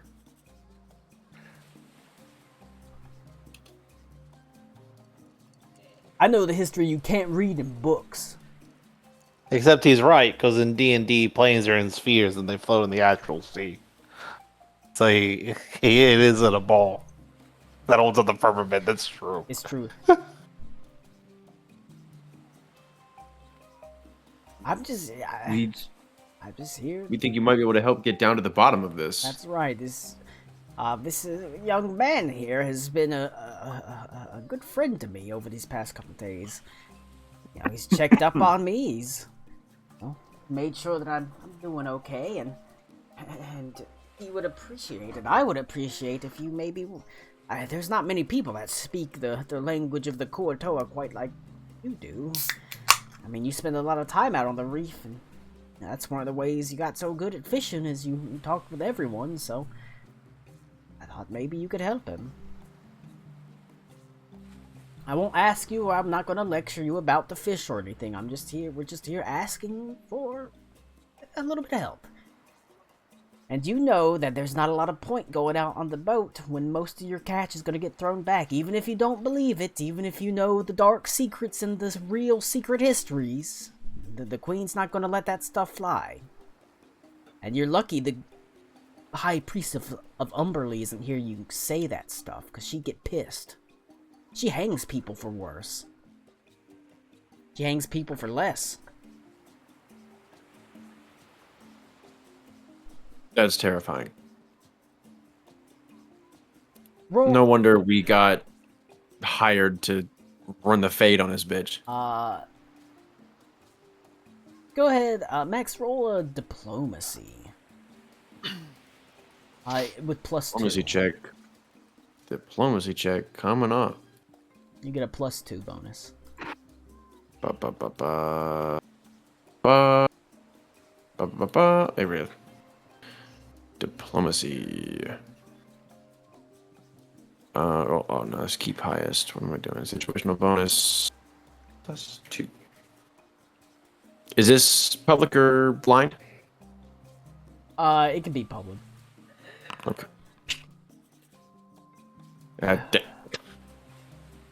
Damn. I'm not a charming rock. I'll do it, but it's gonna cost you. What do you want? Well, if I'm gonna help you out, I'm gonna lose out on a day's wages, so a day's wages seems pretty fair.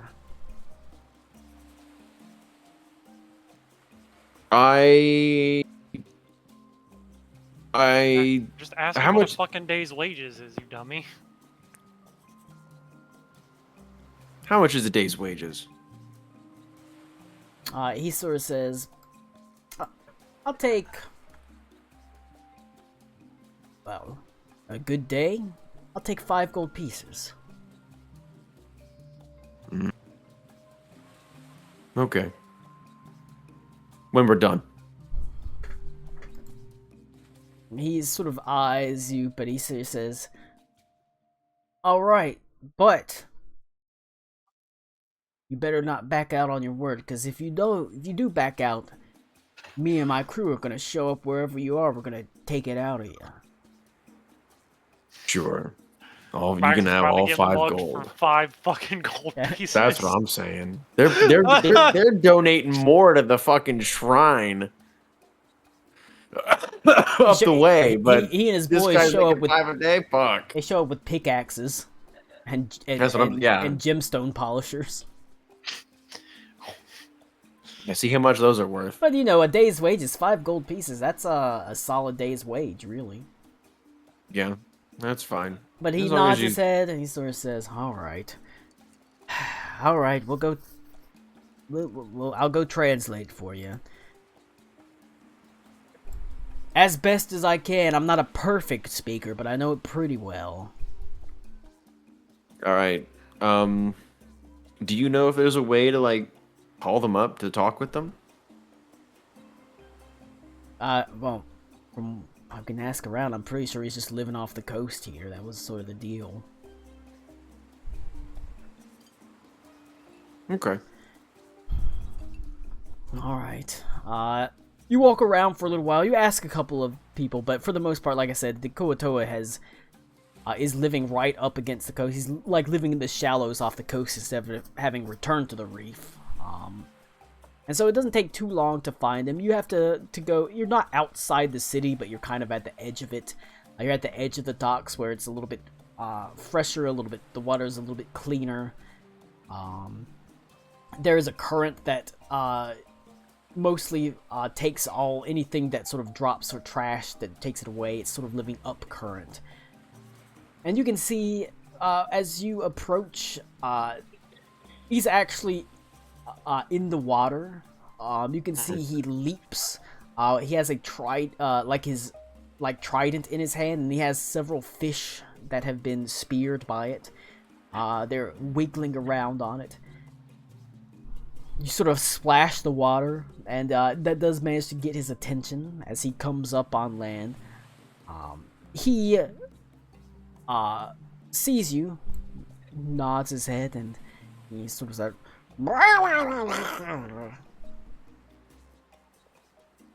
That's hello. He said hello. I tell him hello back. Right, Max is hanging out with King Murgle, the Flat Earther. Oh, Yeah. Wow, they made King Murgle even cooler? Yeah. King Murgle, if instead of studying Murlocs, he was trying to introduce them to Alex Jones. Yeah. Wowee. The problem is that the energies from the lurker above is turning all the Kuatoa gay. And that's... How are you going to have your... The straight ones are the ones that are like schisming. Okay, Exactly. I get it. Alright, but he greets you. The voice is filled with like a faint sort of gurgling sound. Every now and then, he has to to make the sounds, he dips his face underwater, as they mostly communicate underwater, so there's some portion of their speech that appears to be almost visual. Liant. Oh, okay, visual. Okay. Wait, how do we know that by this making just bubbles? racist and think she put on wet face and never talk to them? It's true. Wet You face. put on scale face. What in the fuck? But you almost get sense there's almost like a visual aspect of this as well. As he sticks his face under the water to make bubbles. But, you know, the old man's grandson is as good as his word. He's able to translate. It's not... It takes him a little bit of time sometimes as he has to listen, but he's able to translate between the two of you. So you can ask him whatever you want. One of the things he does is he offers you... he takes one of the fish off of his trident, and he slices it open. You can see that this fish looks like a healthy fish. Looks like an actual clean fish. You don't see any actual like growths or anything on it. And he offers you its liver.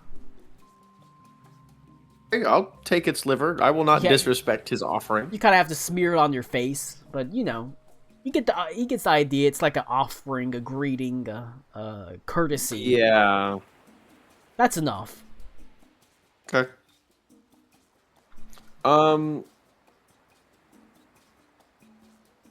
Okay.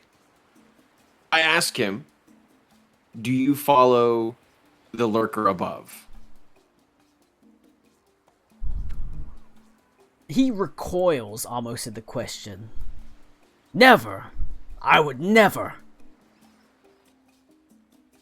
I reply, that's what I like to hear. I think I can help you with the lurker above. I think I know what it is. Well, kind of. I know who it is. No, I don't really know who or what it is, but I know, like, not even. I know why it's here. Um, the lurker above is I like point. What time of day is it right now?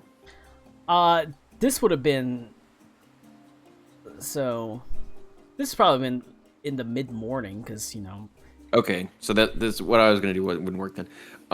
maybe noon, but it's yeah. you haven't spent that much time technically.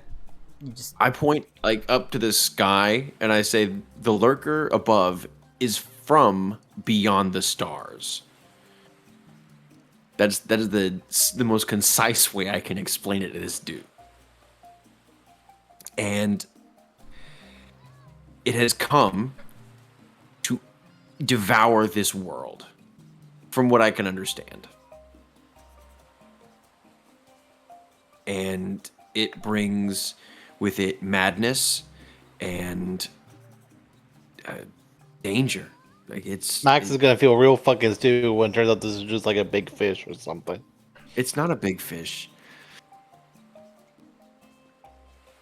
I want to ask him, what does the lurker above look like to the Kuotoa? Have you seen him? Have you seen it? he sort of says, I haven't seen it. I don't know what it looks like. I would, if it had ever appeared, I would dare not cast my gaze upon it. But there are his speakers. Have you seen their holy symbol? Have you seen their symbol? Could you draw it? Like, could you like use your trident and draw it in the sand? He says, his followers, worshippers, speak vile lies of a lurker above. What do they say? That What about the lurker above? That this world belongs to him, and that we are his people. They are a doomsday cult, a death cult. So, do you think they worship the end of the world, or they're trying to bring about the end of the They world? wish for everyone to die, because in that death, that is how the lurker above is freed. So yeah, he is here to destroy this place.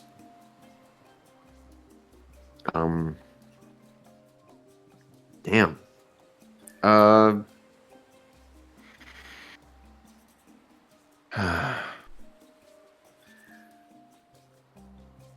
Does the lurker above, is he ever accompanied by those that look like me, but the stones are black? He sort of shakes his head. No, I have not seen that, I'm afraid. Okay. But he does say, but there's a symbol the Okay. Grand Speaker wears. Made Okay. of black rock. Okay. Do you know what it looks like? Could you draw it? It looks like a hunk of black rock, but it does have a symbol on it. Okay. And he sort of draws a. He uses his trident. He sort of goes up on that. He draws in the sand what appears to be like a half slitted eye, but then he draws like various sort of tentacly waves that are coming out of it. Okay, so exactly what I thought it was. Okay. He says it was a gift bestowed upon him from the heavens above. It was something that I don't know how it came to our reef, but How long has it been there? for a few months, several months, maybe a year. And you've seen the sick fish. Have you? Did they come with the lurker? Not at first, but So after a little while of the lurker being here, the fish got sick. I think it's in the Grand Speaker's words. A vile taint that doesn't just spread to the Kuatoa, but across the reef, across the bay. So there are some Kuatoa that are sick too. Yes. He was sick. He had some growths. But you were because he wasn't too far along, you were able to sort of cure him. A lot of the fish are so far along that there's not a lot you can do. Also, if you would, you probably wouldn't waste that much healing on a fish. Yeah. But he's basically says, you know, it's we don't know where this symbol, this rock came from. The Grand Speaker says it descended to him from the ocean above. I don't know the truth of it, but one day he had it, and he began preaching of the lurker above. At first, people rolled their eyes, but after a little while, less people rolled their eyes, and more people listened to him. And as things got sick, he preached that the lurker above was the true way, that it would cure all ills of this world, that it would cleanse it.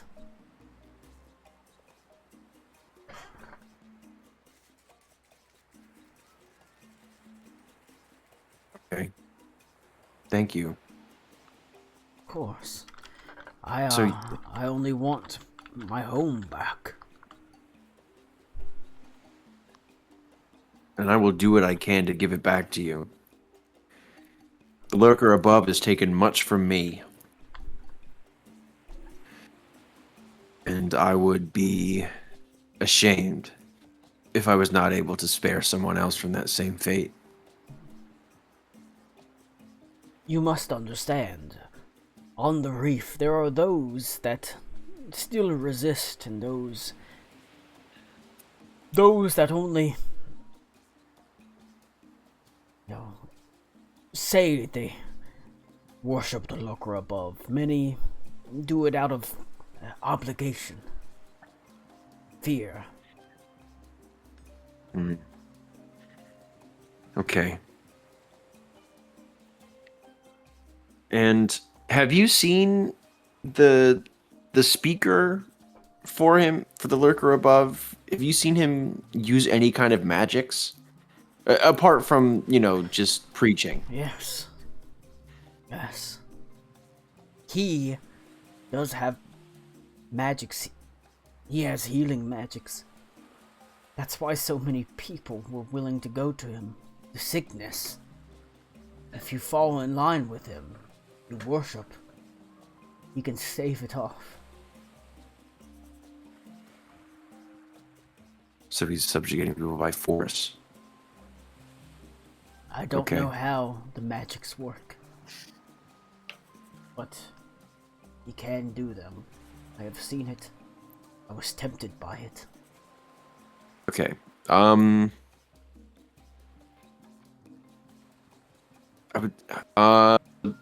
What's your name?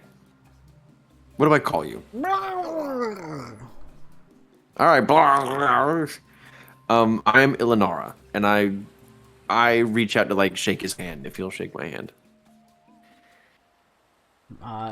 He reaches out a little tentatively and shakes it.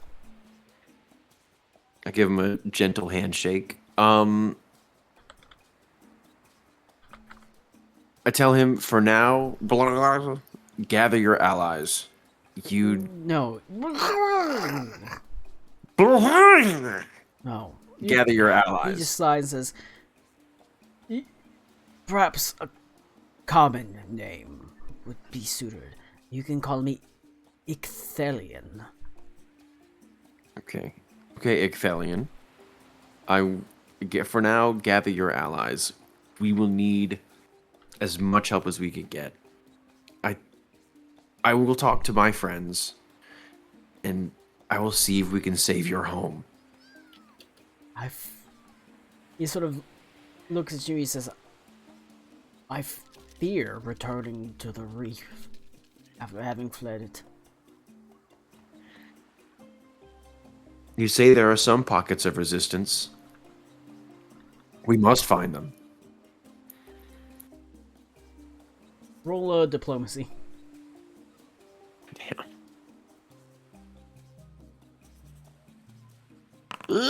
I'm gonna action point. Son of a bitch. You know what you need? Some island boys. You're right. You're right. That's exactly what I need. He shakes his. I can send word, but I can't go back to that place. Okay. Okay. Anything will help, Icthelion. Thank you. He's sad, but he nods his head. I will do what I can, but I fear too much. The Grand Speaker is powerful.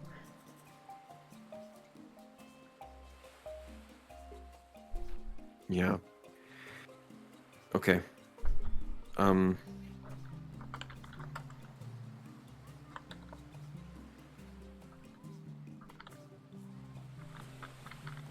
For now, be careful fishing. You as well. Okay. Be careful. I was gonna say, be careful fishing for downies on this newest season of Down for Love. Okay. I turn to his grandson and I give him a slight bow and I tell him thank you. And I hope this has opened your eyes as well. To what? To the danger of what's going on and what you're perpetrating. All I saw was Perpetuating. that he has fresh fish, which means there's good fish out there to be taken. There's good fish out there to be taken, but you must also be cautious of the bad ones. Also, how do I know that the edge of the reef isn't the edge of the world? I'm just saying. Like, I'm just out here asking questions. The questions. You could get in a boat and go prove that for yourself this very moment. That is true. I could sail out to the reef. Have a look for myself. Of course, I have sailed beyond it, so it wouldn't make much sense, but things are changing. Yeah, it might have changed. It might have changed between now and then. Yeah. Hey, look. I'll think about it. He sort of sighs and he sort of says, it does seem like he's really targeting certain fish, so maybe there is some sort of sickness going on. I don't know. But, I guess maybe I can wait a day or two to go out fishing, maybe do some research in a book or something. That would be wise. Fine.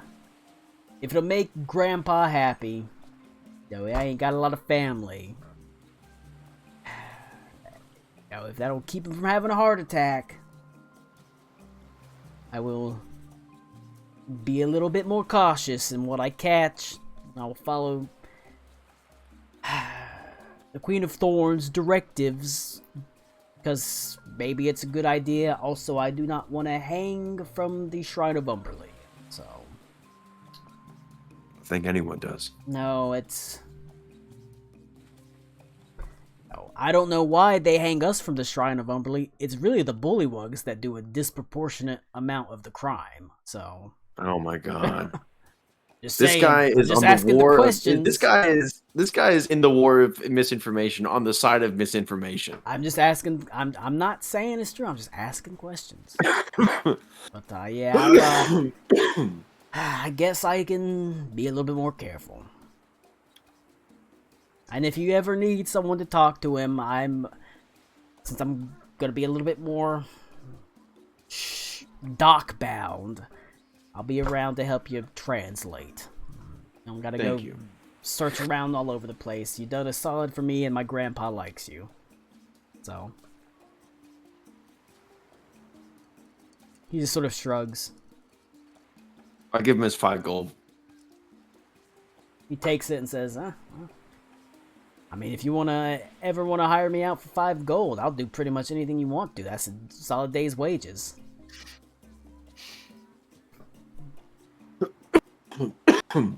Perhaps you're looking for a day of company with a fisherman? No. What about a night of company with a fisherman? No. Come on, I'll turn those fucking boulders into pebbles, boy. I don't really sleep. Oh, okay. Well, it was an offer. But, yeah, alright. He nods his head. Gramps, I'll see you at fucking dinner. I'll make sure the fish is clean, sickness free. But, you gotta eat, you ain't been eating much, Grandpa, so... He nods his head and heads out. You have learned a little bit of information. You're pretty sure that, this, you know, the lurker above is definitely related to what happened, what's going on, what happened, you know, in Crystal Brook, what happened at, what's happening here, the Far Realm. It's all interconnected. You do know that, on top of that, you also know that, Kuatoa have a particular penchant for a particular aberration, specifically aboleths have oftentimes will sort of exert their influence on, you know, Kuatoa and the like. So, yeah, that sort of all goes together. Like I said, there's the crystal people. It's the Illithids, aboleths. They all end up sort of lurking, sort of melding together into this singular force that works for the Far Realm. Alright. What? Alright, we did something for you, Max. Does Sertu want to do anything in particular? Like my laundry. I had something and it's been so long now that I've fucking forgotten. I'm trying to wrangle everyone back together to do something. I mean, I was gonna go to the queen and ask if she knew like somewhere that I could try and get information on Gal Shabbat. She, if you go to her, you can see the Queen of Thorns and Thunder and Tides is, during the daytime, not too hard to track down. She generally, if she's not patrolling the market, she's usually aboard her living ship. As someone that is kind of working with her, you are able to get an audience with her, and you're able. Her ship kind of just is pretty much usually always anchored off the coast, and she is able to have people come to and from. You are led out to or rowed out to the ship, and you can see the crew is of the ship is currently playing what appears to be some sort of like tag, as Elizabeth is has a blindfold on. That is, she's running around the deck, sort of chasing after basically the crew of the ship as they're sort of running away. You are led into the captain's cabin, and you can see that the queen is sort of standing over several maps of the coast of Skullghost, and she has several places that are marked out on it that are probably, you can only surmise, places she's planning to have people go raid. But as she looks up, you can it's see just one town, like 87 times. It's one town, really... yeah, she just really likes that town. She keeps having them go steal this, like, stereos out the cars. Yeah. You don't steal anything, you just go there and you TP it, or you throw eggs at it. You throw eggs at the buildings, and then they leave. Skullghost is a pretty It's usually the most common target because it's the closest. It's kind of the easiest to get to. Also, there is a river that leads up like the into the like inland up to a big old lake that has a bunch of fishing villages on it. So they'll go up that river and into the lake. But that's besides the point. She looks up and she sort of greets you. What can I do for you this evening? Oh wait, she doesn't speak with a pirate voice. She's the English accent. Yeah. I mean, I think she could probably talk whatever way she wants to. That's She true. could. What can I do for you this evening? I'm looking As it's like 11 o'clock in the morning. Yeah, I'm gonna go ahead and be perfectly honest with her, and I give her a straight up rundown of me being a house for a devil. Or a demon, not a devil. And that I'm being pursued as bounty, my wife and I, because of it. And I'm looking for information on this demon or demoness. If you would either know of somewhere, presumably, that I might be able to gather some knowledge.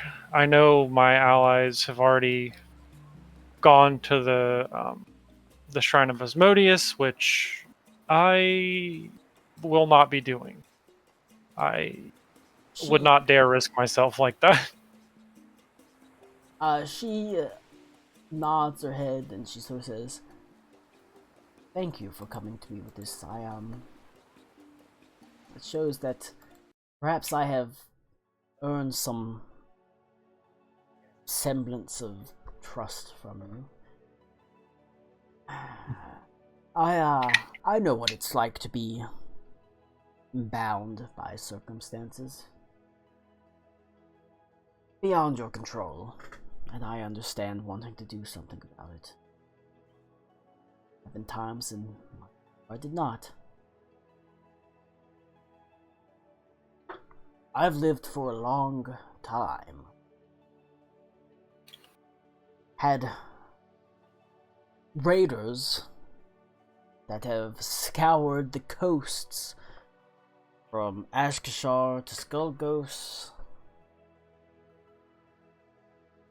Heard things from them. I don't just, work in stolen goods. I work in rumors and information.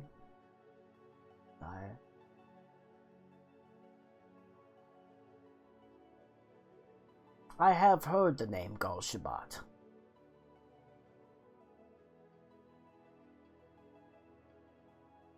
Do you recall where? She sort of grimly frowns a little bit. She sort of says, I do.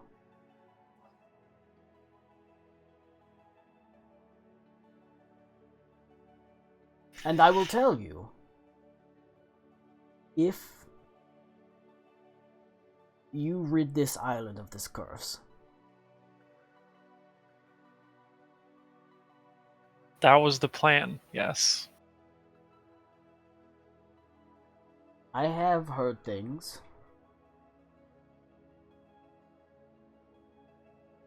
The exact specifics I don't know, but I can tell you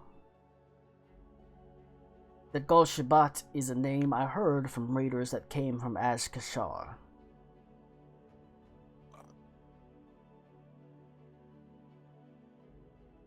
And as a refresher, that is the Al-Qadim. Yeah. Okay, cool. That is a good start. The rest I will tell you once the curse is lifted. That is fair. I don't want you to feel like I'm extorting you, but I can't go on living like this. I understand. It's also hard for me to do, my thing anytime I try and really do any kind of prayer. I get mind blasted and I damage my shrine.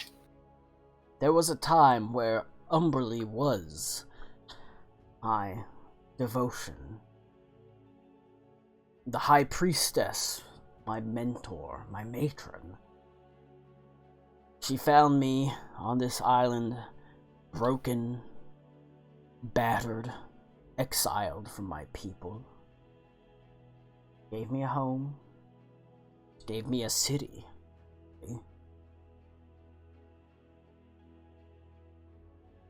But sort of looks out. You can see she looks out the door to the. You can hear Elizabeth laughing. She sort of says, "It's not just the child. I suppose that might be just the tip of the iceberg. Some years. Wary. Her absolute word.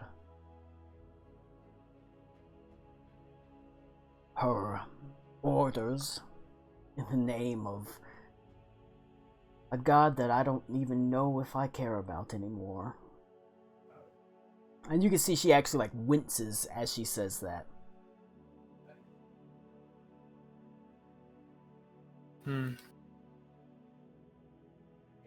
Well, I appreciate your resilience.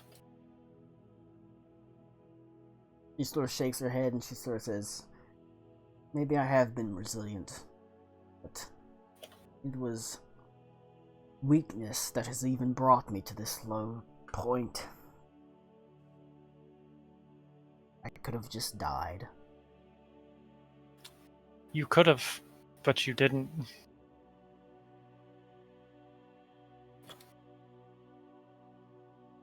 Survivors. That's what we Exactly. are.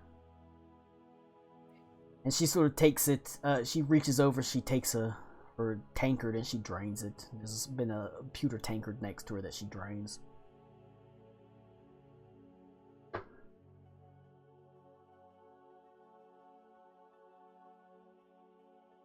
Regardless of what happens to me, regardless of what happens to this island, she looks out there and she says, "The child is not bound. So I hope that should we be unable to deal with the High Priestess, if I should meet a poor fate." I understand. She nods her head.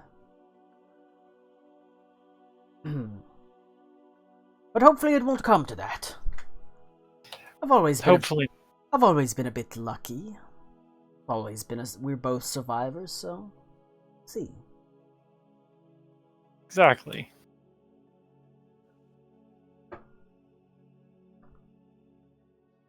Do this for me and I promise you, on my word, I don't know everything. I'm not omniscient, but I will tell you everything I do know about Gal Shabbat, Ashkashar, where I heard these rumors and that name. I fear it will be... I hope it doesn't disappoint you. As I said, I don't know a lot, but I do know something. Well, more than the very little I already know. It's not exactly... She's not exactly talkative. I understand. There is another matter that has interested me, something that I've only heard whispers about. Captain Montebank. Yes. You've been fraternizing with the crew of the Jericho. Yeah.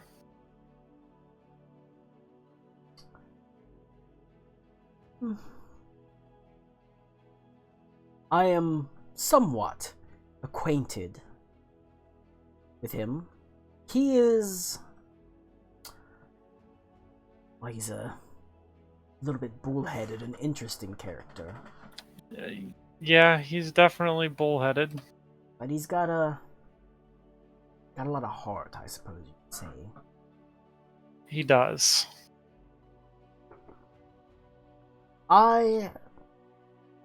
He has done some things that have been viewed relatively poorly by some of the people here. Yeah, he gave us a little bit of an idea of some of that. Ah, yes. I was not exactly the fondest fan of the captain that he mutinied against.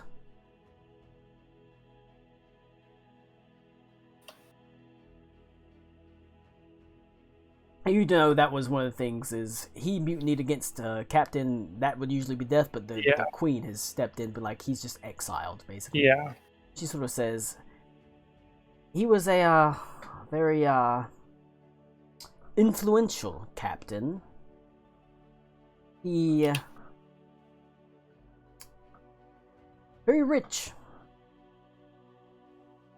The previous captain of the Jericho, made some very, very large donations in his time to the Shrine of Umberly. Some of the largest.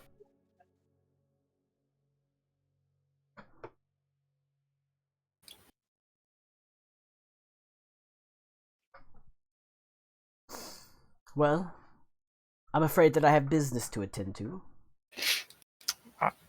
As do I. I believe I'm expecting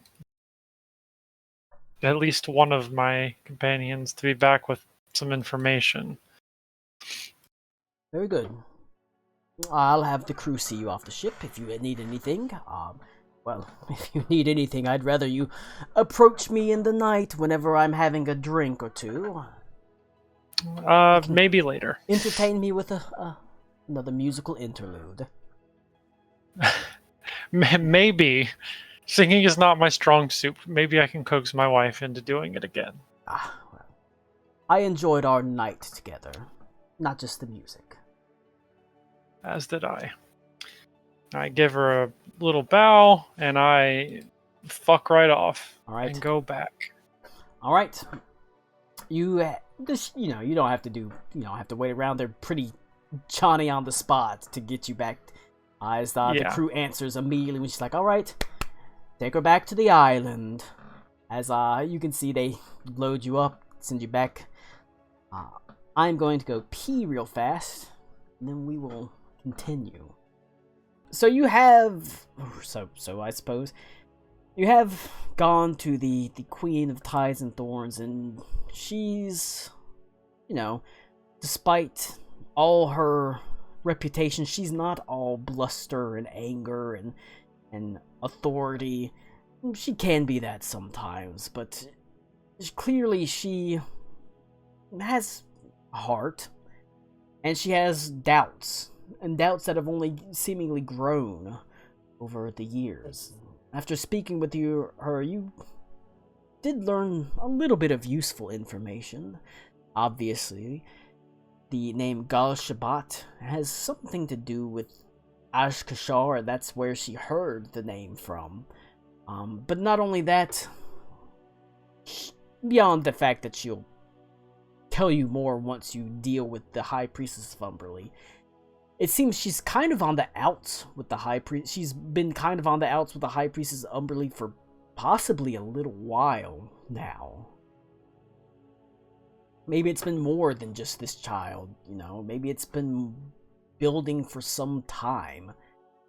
She is old, centuries old, centuries that this island has been ruled by Umberly and perhaps this same High Priestess. And it seems that in diverging from the High Priestess, sort of that one of those divergence points is Captain Montebank, who seemingly mutinied against a captain that was not liked by the Queen of Thorns because he was popular. He spoke out against her. On the other hand, he was a very devout and worshiper of Umberlee that donated quite a bit to the shrine.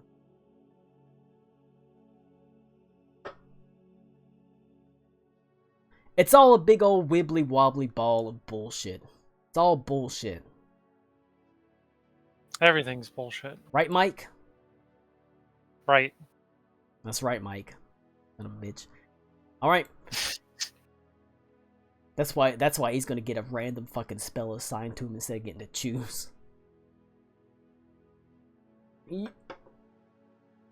When he tries to cast whatever he picks next time, he shits his pants. Yeah.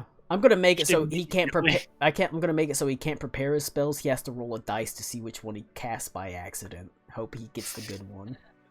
It's kind of cool, actually. I love gambling. That would be stinky doo-doo, Max.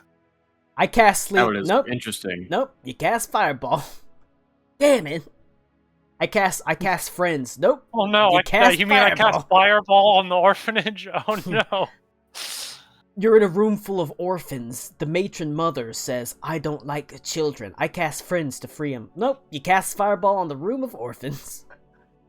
That's too bad. Alright.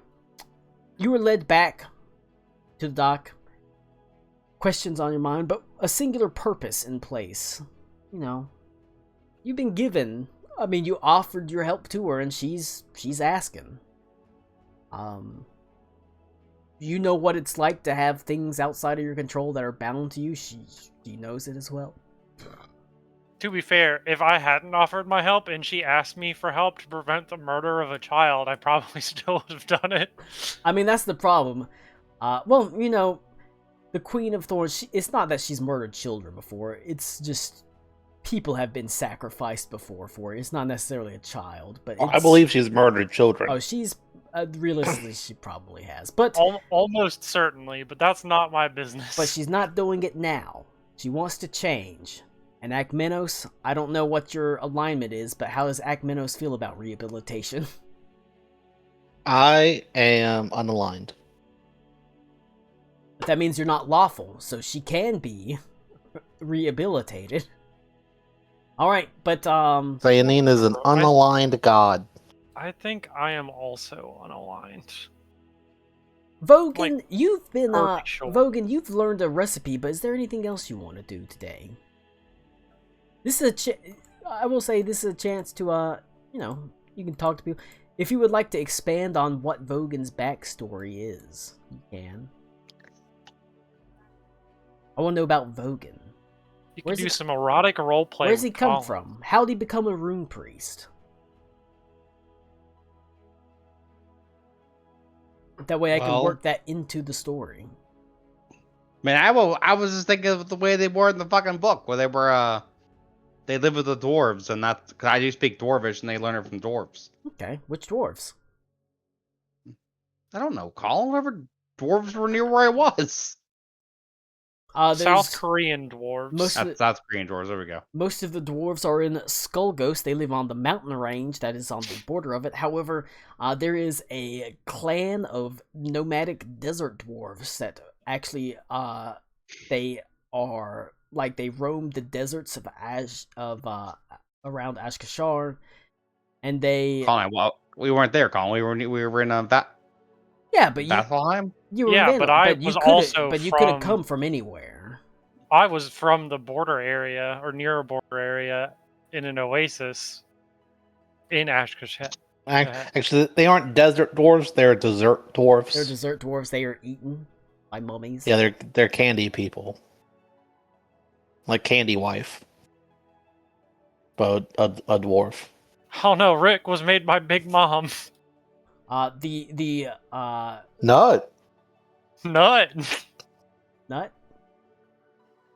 But the I dwarves, fucking hate those houses. The dwarves of Ashkashar have basically made they don't mine like iron and stuff. They mine sandstone, and they have like sandstone barges that they are pulled by giant scarabs and stuff. That's kind of neat.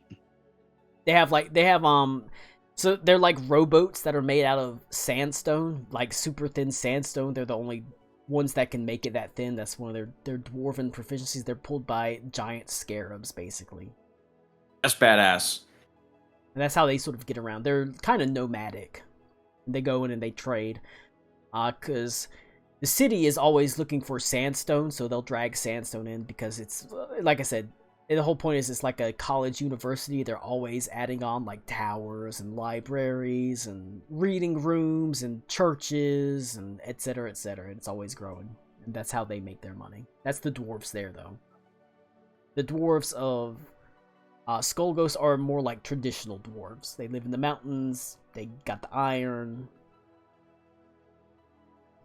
And then Vandalheim is right in between the two of them, so they could get dwarves from either. Yeah, I always in my head pictured like mountains. Okay, so probably from Skullghost. Yeah. Okay. I mean, I don't think he's particularly religious or anything like that, because Yeah. I don't. Even it's like a divine class, but I always felt I like always felt it was more the runes crafting. themselves. I always felt it was more kind of like crafting class, I think it's divine because they had to give it a type. basically. Well, I think they're supposed to worship a god, like because they are a rune priest. They're supposed to be religious. It's just It's like I don't know. It artifice. doesn't feel like you It's have. like artificers Rune are arcane, but they don't like cast spells or do. Yeah. I thought Rune Priest was like sort of like a forge priest Well, in a way. It is. It's like I said. That's why You I feel are, more but crafting. so So they're divine, and the priest is in the name. So like I think they intend. Well, for no, you to because Or a if you forge think cleric, my bad. if you think about it, because there's only arcane, divine, psionic, and Primal. primal, and martial. They aren't primal. They aren't psionic. They aren't martial. So like it's a 50-50 between it arcane became and divine, arcane and right? divine. They just chose divine, but I always viewed it as more like like a crafting type thing. If they had been martial, I would have understood too. I had seen. I think they're divine because they wanted it to be because they wanted them to not use I think ant. so. I think that's basically Yeah. it. I never. I mean, they don't need like a god to do their Yeah. stuff. Yeah. like a few people do like some of the role like people role play their stuff is like directly from order, just like as the concept of order and not necessarily a god. So, Vogan, you hail from probably, like I said, if that's the actual rune crafting, no, from probably the mountains that are basically they separate Skullghost from Vandalheim, and the lands of Skullghost are filled with monsters. That's the sort of vaguely more like Monster Hunter-y, like hunting werewolves and vampires, and Hell yeah. that one sort of falls into slightly more like Germanic folklore-ish, unless Ryan says otherwise because he's from there.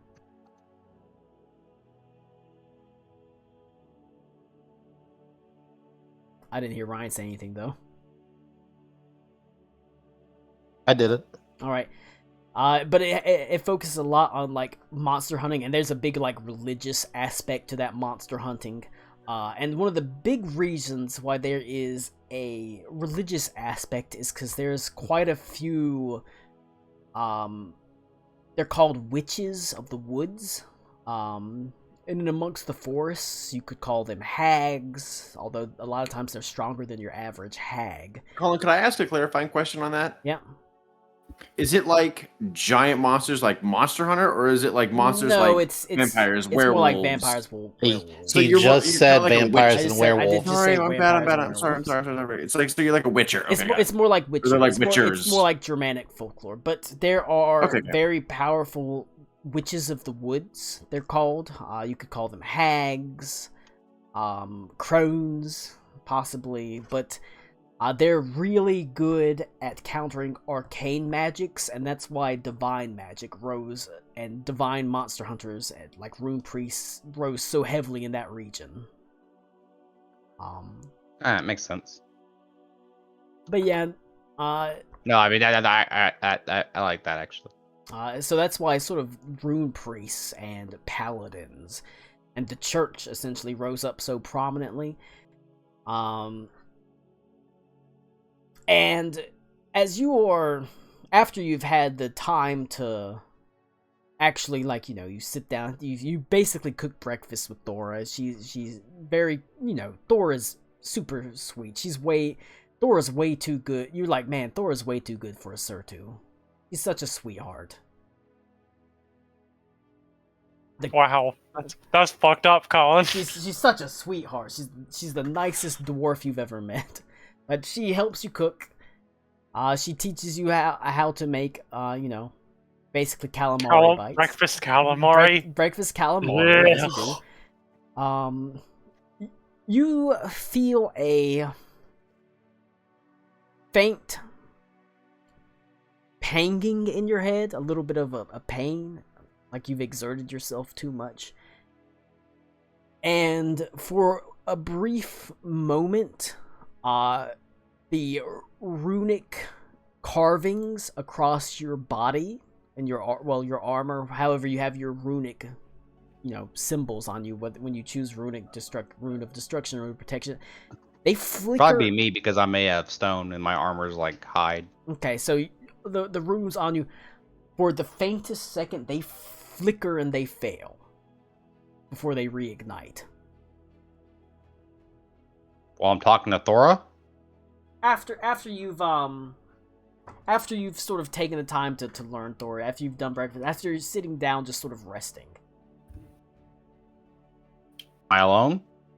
Pretty much. You're just sort of sitting there resting. The runes kind of flicker and fail. They come back to life almost immediately, but you can feel them sort of just fail. As if something is interfering with your magics.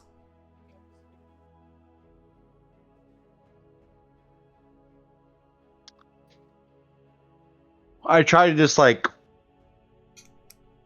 they sign runes in the air, right, with their hands. Yes. I think it's what you do. Yeah, I tried doing that and see if it does anything. It does. Or if it's weakened or something. It does form, but it's a little bit fainter, as if something's interfering with it.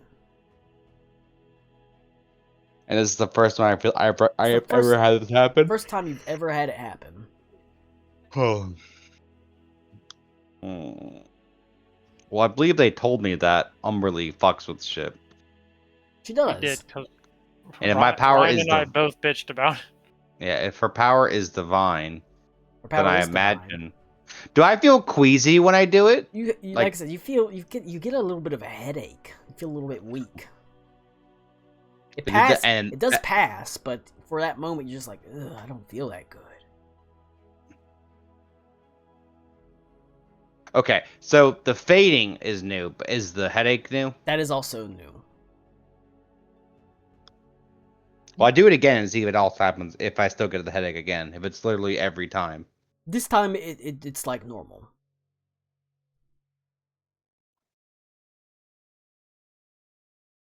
So no repercussions at all? Nope. I just keep doing it. I do it a few times like this to see if it happens again, if it was just a fluke. Rick is the guy who keeps touching the electric fence to keep saying if it'll Well, I phase have no him. way to test it other than doing it.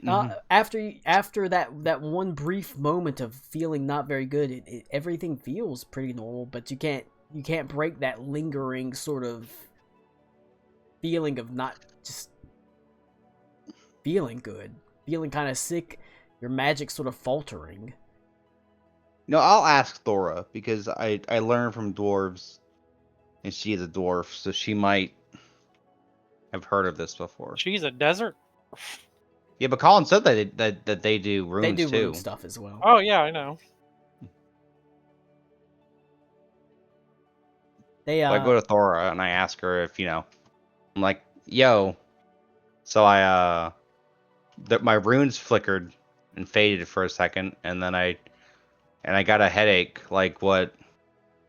I assume you told Thora, right? What about the thing? Yeah, I told her About the not to pray headaches. too hard. Yeah, like But she's not religious like I. Well, no, but she would still know what I'm talking about. Yeah. Like Acertu and Acmyosis said, but they get the headache. Have you ever heard of that happen before? Not with dwarven runes. They're usually pretty steady. It's one of the benefits of them. Of course, they are considered something of a blessing, so... What are they a blessing from? I don't recall being taught that when I learned the runes. Lots of people worship different gods, but... they're considered a gift from... well, the dwarves consider them a gift from the Dwarven Pantheon. To tell you the truth, I don't know for sure. I'm not much of a, I was never much in on the rune crafting aspects of it. I was the business of the rune carvers and the like, but... they're considered they're considered a gift from the goodly Dwarven gods to aid and help the people. Whether that be through fortifying weapons and armor, or healing the people around them.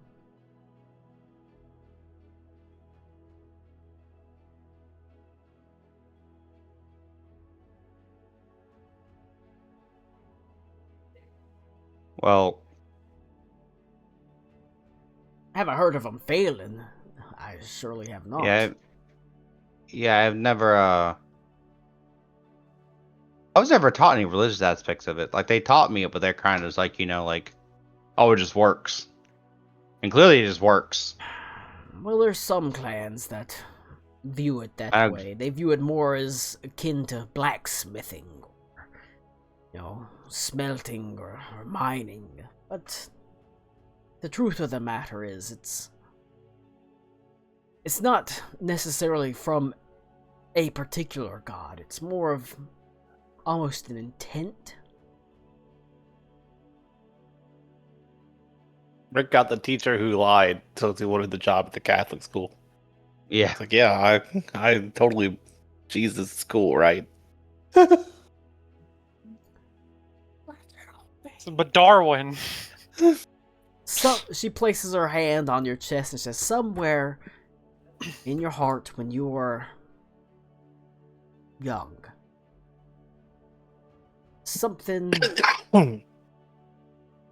happened to you, or you saw something, put you on a path. That path filled you with an intent. Now, I don't know what that is, but that intent filled you with this runic magic. Because we were run out of our homes by and we had to seek refuge with the dwarves. They taught us the rune magic to help defend ourselves. So you were filled with an intent to protect people around you after having been run out, perhaps. Yeah. I don't want to step on your backstory here. No, that's fine. Because I don't know your backstory. No, I mean it's true. I'm a healer. So that yeah.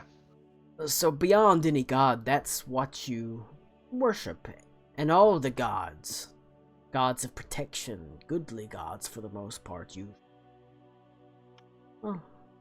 they help you along the way. But from what I hear, this place doesn't exactly appreciate that sort of intent, that sort of magic. Let me ask you a question before I understand what Thora is saying.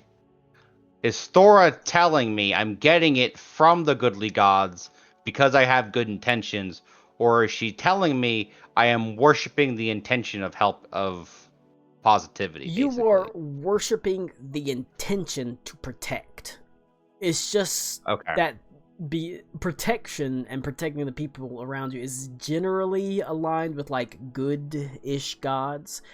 or neutral gods. You don't have to, like I said, you're not forced into like a good alignment. But because it's more similar almost towards the 5th edition Paladins tenets, where like you're devoted to more like a cause, and this cause is like protection of people around you than a god. And the gods just happen to be offering that assistance because they also align with like, yeah, I want the people around you protected. Okay, makes sense then. I see what you're saying. Okay.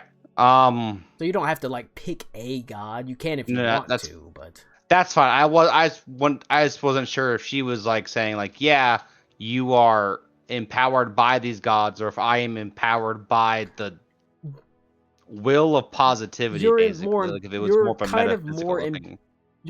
It's a little bit more that you're empowered by your own will, but that will does still kind of come from gods. And again, like I said, your powers do work here because technically all of your powers are kind of relatively lowish level.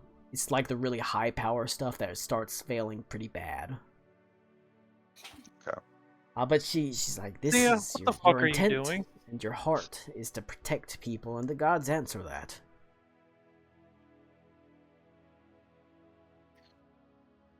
Is there a dwarven temple here? There's not a temple, there's a shrine. That's the same thing. Yeah. Is there a dwarven shrine here? Oh yeah, of course there is. Alright. I want to go there. I want to see if they can tell me how I can, like, bolster myself, I guess, would be a way to put it. I think it's the way to put it. That's fair, because, you know, there is a malevolent god that's basically trying to interfere with that at basically all times. It sounds like I need to learn to resist it on my own, not instead because I'm not like directly attached to a god. All right. There are indeed. The most prominent is obviously Moradin. Moradin is far and away the most prominent dwarven god. You know, it's your standard metalworking, the forge, knowledge, craft, earth, that sort of thing. It's the largest of the dwarven gods that are presented, but there are a handful of smaller gods. What do you think Vogan would be interested in? The hearth and the home, secrets and mining, battle, or wealth? Battle. So I'm like an offensive rune priest. I'm like an offensive battle rune priest. Okay. You're an offensive rune, Pete. I am. You tell racist jokes? I do. Those are my specialty. That's my secret. All my jokes are racist. We got Dave Chappelle, the rune priest, over here. No, I'm not transphobic. I'm just racist. All right, you initially sort of unsure of where to go to. Make your way to the Shrine of Moradin. It's one of actually probably the more slightly prominent-ish, because it's such a... Even though there's not very many dwarves here, it's still a pretty prominent god. It's the most prominent god amongst dwarves. You end up sort of finding your way to the Shrine of Moradin, but whenever you sort of say, oh, you sort of identify more with, like, the battle and the fight, they lead you, they point you to the Shrine of Clangadin Silverbeard. A dwarven god. Clangadin, that is a fake name. No, it's a real dwarven god that's a deity of battle and honor in warfare. He's part gnome. So they had to give him a fuck ass name. He's That's what I'm saying. He is the lord of twin axes, as attested by his holy symbol, which is two axes crossed across each other. He's called the Father of Battles. Badass. He says that war... Y'all are just being disrespectful. His most common greeting is, "War is the finest hour of dwarven kind." I believe you. But, alright, I go to the Shrine of Clangadin then. That is the dwarvish god of battle. No, I believe you. I'm just saying, I go to the Shrine of Clangadin. He is lawful good. It just sounds funny to say I go to the Shrine of Clangadin. Alright. The Shrine of... you find that... the Shrine... My god of battle is Taco Bell. Because I'm battling that toilet. Hell yeah. What do they call this shit? The restroom. I'm fighting for my life in here. I ain't rested at all. You find that, the Shrine to Clangadin is relatively demure and small. You find that there is nobody at the Shrine of Clangadin at all. Not even a priest? There's not even nobody want to do war. There is not even a priest. Damn it! I thought mine was lonely. You find as you approach. Well, his the name shrine, is Clangadin. There is a. No one wants to tell people they're a priest of Clangadin. There is a. I would. They won't believe you. There is a dwarven war axe that is buried into the trunk of one of these large jungle trees. That's the whole shrine. So that is the shrine is just him and okay. You know what? I'm gonna be like, oh my, I don't even know how to handle it. I'm just gonna sit in front of the Shrine of Clangadin and I'm gonna like meditate and try to like steel myself and focus on my room. I think you've got to like ring the axe. You know, it's like a bell at a hotel. The desk. Colin, where is the axe? It's buried in the trunk of a tree. I stick my sword in the trunk of the tree too. You just fucked your sword, dude. Then make a new one. Nothing happens. You're right. He's a rune priest. And then I stick it in the tree, and then I meditate and I focus on my runes. Okay. As you. And I take out my pocket knife and I stuck in the tree, Vogan, heart plus Clangadin, and I put a heart around it. Spells Clangadin wrong. It's gonna like, take that's you a not my long name time at to all. carve. It's gonna take you a long time to carve the name Clangadin into that tree. You keep You got a real weird shaped heart. So if you don't gotta spell check that shit. You find that whenever initially you don't get much from sitting quietly. You sort of what a waste of time. Is you don't get anything as you just sit there and meditate. Apparently, I've opened his Forgotten Realms wiki page before. But after you reach out to take the sword that you stuck in the tree, Clangadin looks like a Wario character. He does. He sure does. Yeah, as you reach in and you take the sword that you stuffed in his tree, it goes wah! Wah! But you do hear a voice. A deep, rumbling voice.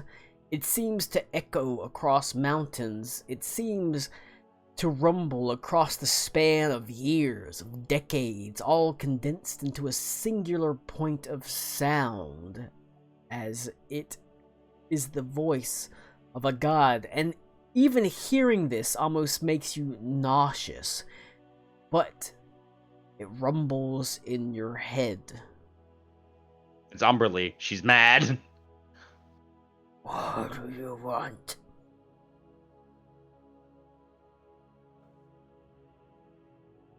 Can't you see my shrine is alone for a reason? I am Clangadin Silverbeard, god of the battles, lord of the twin axes. I'm stunned. I didn't expect this to work. Um, Father of battles, giant killer, goblin blade, worm slayer. Damn, he's been through a lot. You come to me now, shrouded in gossamer gown and cloud? Who are you? my name is Vogan. I'm a Never heard of rune him. priest of battle. Never heard of him. I don't expect you to hear me clanking in. Only hear about cool people.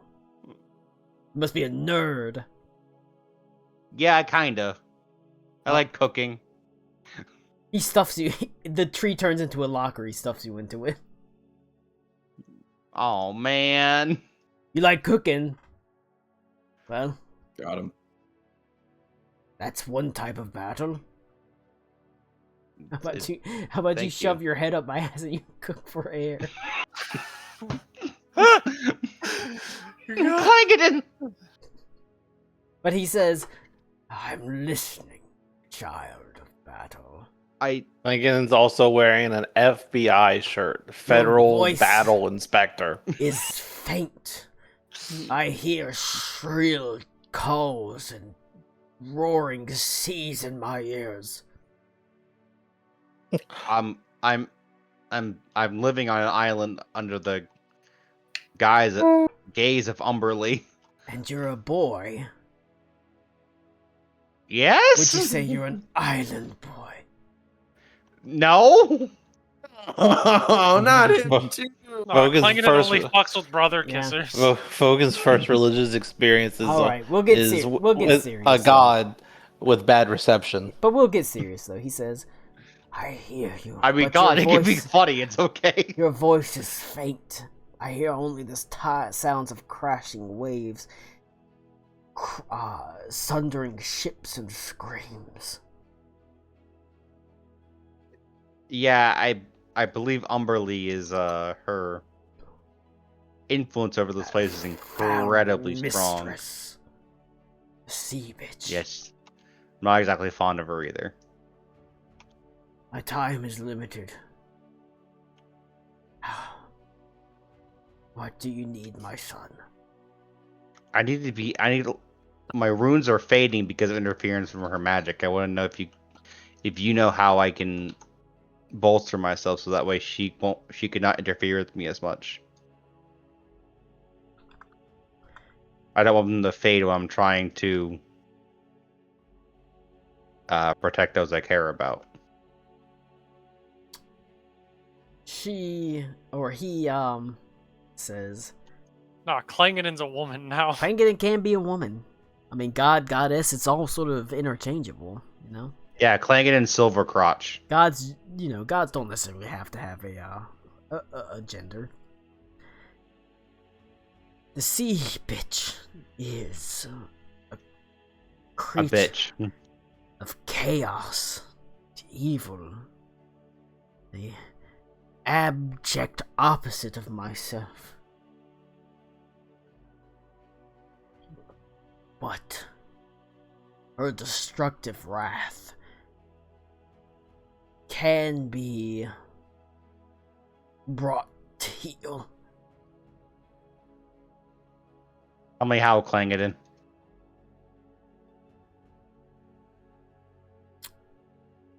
If you have an ability to mute chaos or evil, or a potion, scroll, some way to lessen, at least dampen her effects.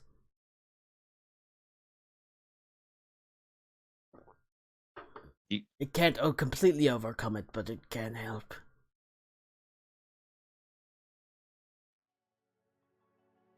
Do you know where I can perhaps find one of these, or what kind of scroll would do it? I'm afraid all I have is Bofa. It's Bofa. Bofa these nuts. He immediately disappeared. He's gone. You don't get any answers.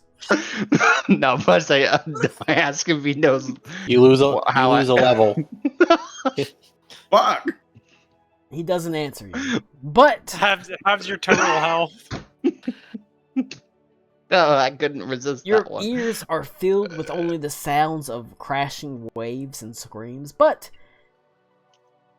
he has given you a way to theoretically completely counteract your chances of, or any sort of sickness overtaking you when casting spells. You can either counteract chaos or counteract evil, because Umberly is chaotic evil. And those are, it's possible to counteract those, be it via spell scrolls, specialized spell scrolls you can buy, or potions that Mike can make. They only last for a short time, but if you're going to fight the High Priestess, well, you only need a short time. 10 minutes? Hopefully. An hour? Fuck. We don't know that. We could be fighting her for like days. I would probably just let myself die. I'm gonna be real with you, buddy. You spent 16 days fighting the High Priestess. You have to stop and go take a nap. If we're fighting for days, I'm the tank. You're probably dead Protection before I from am. evil, protection from chaos. Are those like 4E spells? Nope. We're doing them on the fly. No. Okay, well, I didn't know because like protection from good and evil. There are only 3 alignments That's- in 4E. Yeah, It's just lawful good, unaligned, and chaotic evil. she's basically chaotic. Okay. But if you can pick a chaotic or versus evil, depending on how you want to view yourself, whether you're more lawful or more good. Okay. But yeah, there is a way to counteract it. It's only a temporary motion, obviously. There are potions that can be crafted to do it. You could maybe craft a spell scroll. I'm asking Mike then. That also sounds like a Mike job. Boy, it sure sounds like I'm trying to tie Mike into this. Right, Mike? Right, Mike? Yeah, Okay. certainly. You don't sound like Mike at all. That sounds like Beaker being a bitch-made bitch. Yeah, certainly. All right, well, thanks A to the pitcher. blessing of Clangadin, I can now relay this to my friends about how we can counteract the sea bitch. Well, it's not just, going and getting Blessed Clangan. It's sort of seeing, where maybe you fall in the dwarven pantheon is, maybe you didn't know which god you necessarily attuned Blessed with. by Clankadin sounds like some kind of euphemism for getting gonorrhea. Look, I didn't make the fucking dwarven gods' names. Clangadin's a real fucking god they made up. I didn't make it up. From 2nd edition. I didn't make the damn thing up. It's not my fault that it sounds stupid. You gotta call your recent partners and tell them you got the Clankadin. They need to get themselves checked. It really is a fucking funny name, though. It's a funny name, but I didn't fucking choose it, and you don't. I feel like Morden is more like a happy god than Clangadin being badly god. So I'm Vogan's like legitimately shocked that one, a god answered at all, and 2, that a god answered him. that's true. Although His name was Clankadin. And his name was Clangadin. Whenever you do leave the shrine, you feel a little bit nauseous. Like it's not like overpowering, but you don't feel that great. You could puke. You could puke, but you don't feel like incapacitated. Like I said, it's essentially the higher level your power and communions would be, the sicker you would be, since all of you are, relatively low level. Nothing's like killing you. We're not literally the Pope. You're not the Pope. Alright. Akmenos.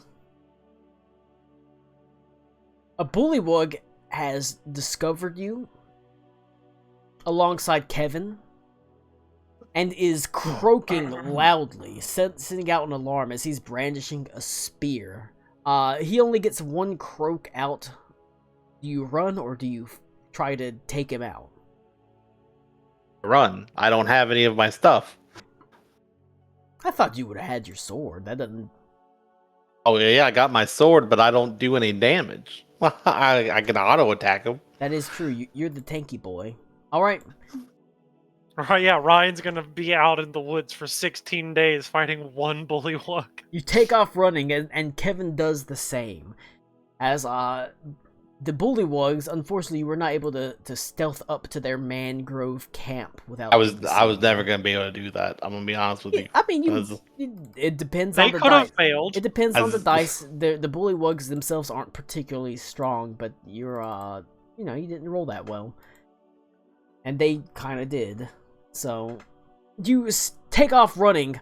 Initially, your feet find the rough wooden path. Speaking of which, Ryan, you like this mangrove battle map that I made, just in case we ever have to use it? Or we come back here and jump them. I mean, you could, but it's a pretty cool map. I like it.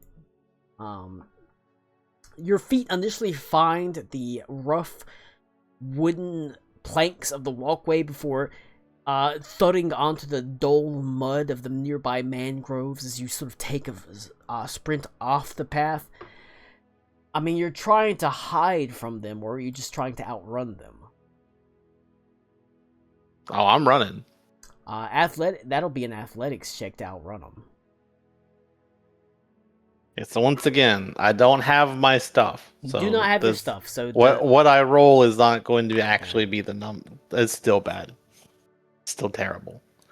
That's a 10. Let's see what Kevin rolls.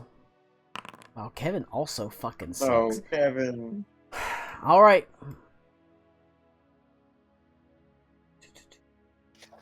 All right, Akmenos.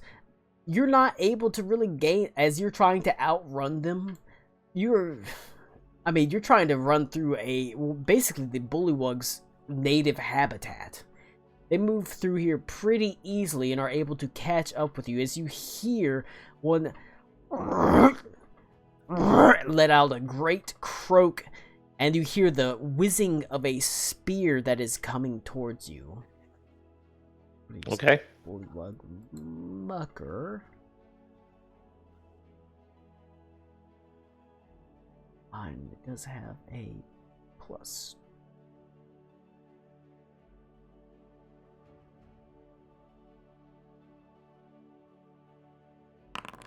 I'd only rolled an 11 against you. That hits me All right. because I don't have my armor or shield or anything. You take 17 points of damage. Oh, goodness.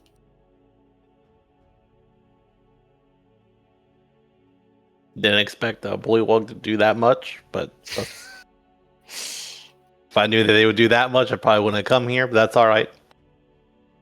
On the bright side, no, it's not 17. It's 16. Okay. It rolled the damage as if you were prone, but you're not prone, so. But it only rolled a 1 on its bonus damage. All right. It lances forth a spear as the flint tip finds itself straight between your shoulder blade and your spine as it buries yourself right between the ribs. A painful blow. Not enough to puncture a lung, but enough to hurt really badly. Alright, give me another athletics check.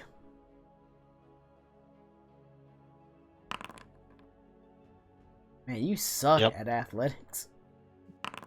Okay, Kevin is balancing it out with. To be fair, that's a 7. That's not that bad. Kevin, this time Kevin actually rolled well. So between the two of you, like I said, as you took this heavy blow, you sort of stumble forward. You're able to throw your arm around Kevin as he sort of is rushing, dragging you through the tree line. There is another spear throw that is thrown at you. However, this is thrown at extra long range as you're actually sort of leaving them behind, so it has a significant minus to it. Hurts me.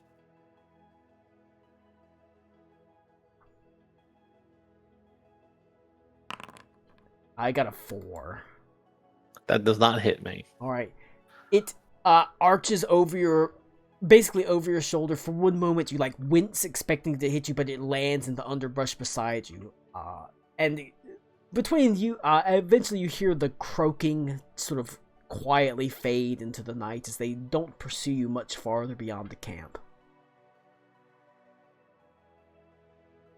You get to about the point that you get back to the actual like boat where Kevin came up, and it's still there.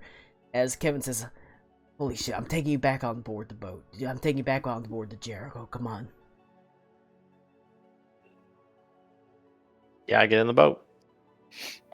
He quickly unties the boat. The two of you, despite your wounds, manage to drag it back into the surf. Kevin is a, able enough seaman as he turns the boat around. Initially, you don't see the Jericho as it's sort of situated well off the coast, slightly huddled away, as was the plan. The whole point was someone was trying to kill him, was he's going to try to hide the Jericho. But you do, after about 15 minutes, half an hour of rowing out to sea, see the Jericho in the distance. There's like a large lantern at the top of one of the masts that makes it easy enough to distinguish. The rest of the crew rushes forward as they all pull, Like all five of them. all five of them heft the actual rowboat onto the ship itself. You see Captain Mountebank doing his part as well. A relatively new face, as you, Akmenos, weren't really there to see the Chronicles of Durwood Spangler. So basically, there's like an old bare knuckle boxer on the boat now. Like, who the fuck is this guy? But they pull you on board. Captain Mountebank hefts you over word as he sort of says, "Dear God, what happened to you?" I tell him to pull the spear out. Well, it looks like it's broken off, but the tip's still in there. We can get someone to help you out. Okay, I lay on hands. He grabs one of the lengths of the rope, that the rigging, and says, "Fucking bite on this. It's not gonna be pleasant when I pull this out."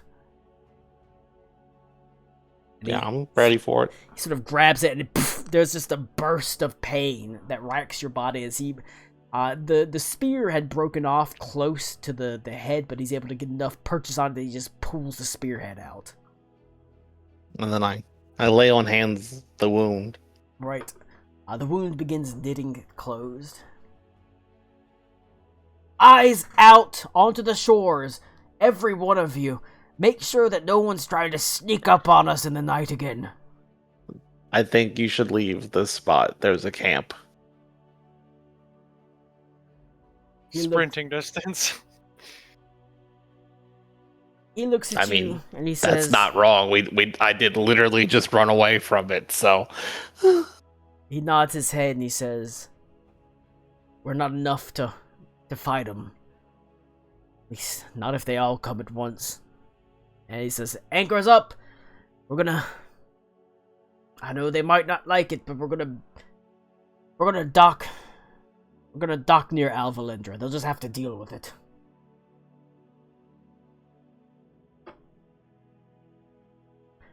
He is going to, they pulled the anchors up. You sail away. He heads south towards Alvalendra. Away from the Bullywug camp. You can see the Jericho passes by the Shrine of Umberlee. You can see the broken statue, the broken ships, the bodies that hang from the cliffs. Perhaps more disturbingly, the bodies that hang from the cliffs, some of them in various states of decay, they are still twitching and moving, and every now and then you'll even see a skeletal hand that claws at a noose. Kept alive through various magics so that they might suffer into undeath. A perversion, really. That is cuckoo bananas crazy. Umberlee is not a merciful god, and it seems that the priestess of Umberlee is not a merciful person, as these heretics are kept alive beyond their deaths so that they can continue to suffer. Do I see the guy? Yes, the one that was being prepared to hang, he hangs limp, every now and then reaching up for the noose, but his face is bloated and purple, his tongue is swollen, and it hangs out the side of his mouth. Every now and then he kicks, his foot tries to find purchase on the rocks of the cliff face, but they are too sheer. Ask if anyone knows that guy with the swallow tattoo. Captain Jericho nods his head with a frown. I heard of his crew. I recognize that tattoo. What did he do? He sort of shakes his head and says, I don't particularly know. You'd have to ask his captain and crew. Do you know his name? I don't know his name, but I know the name of his ship. What's the name of the ship? The Black Sparrow.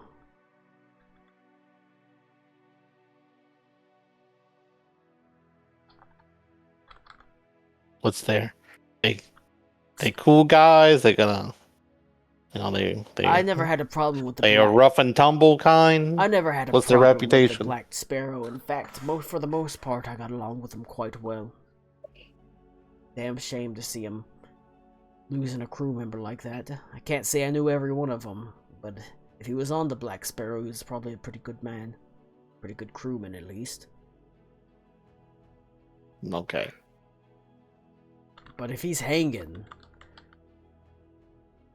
it's 'cause the... Well, he said something about Umberlee. That's what all and they those found out. hanged men are for. That's why. He sort of says, it almost gives me hope to see so many hanged men from those cliffs. There's that many. Well, maybe people are finally waking up.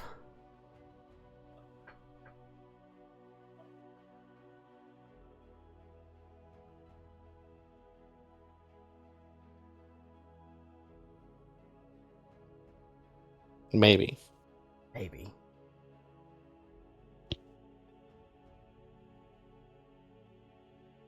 Well, we need not turn our eyes to these dire and depressing things. We'll drop you off at Alvalindra. We'll stay close by. But we're still not welcome there. There's still people that don't approve of us, even if we have the protection of the Queen. It's still better for us to anchor off a little ways, closer to the reef than the actual city itself. Do you know any Kuatoa? Oh yes. The Kuatoa are not, a lot of the people in the city disparage the Kuatoa. But they're not any different from us, really. Have you talked to any of them recently? I've been Or is it anyone here talked to any of them recently? I'm afraid I've been a little bit too, distracted to talk to them. But, when I was a younger man, less problems, I used to speak to them pretty often. Like I said, they're not bad people. They're a lot of... The folk in Alvalindra, they think they're foreigners. They're... a hassle. They think they're taking fish away from our fishing men. I don't think that's the case. I think they're just people. I've heard they're having some troubles, and I was wondering if you knew anything about it. I can't say that I do, but now that I hear that it's happening, it does worry me. We've got friends amongst the Kuatoa. People that have been good to me. Have you noticed anything out in the ocean? Since you can't be around the town? Anything weird? There was I saw something. No, I just say it. Damnedest thing I ever seen in my life, I guess I should say, but to tell you the truth, it didn't seem that important when I saw it. It just seemed like a freak happenstance. What was it? It was a comet. Meteor, I suppose you could say. Something fell through the sky, landed right in the fucking reef.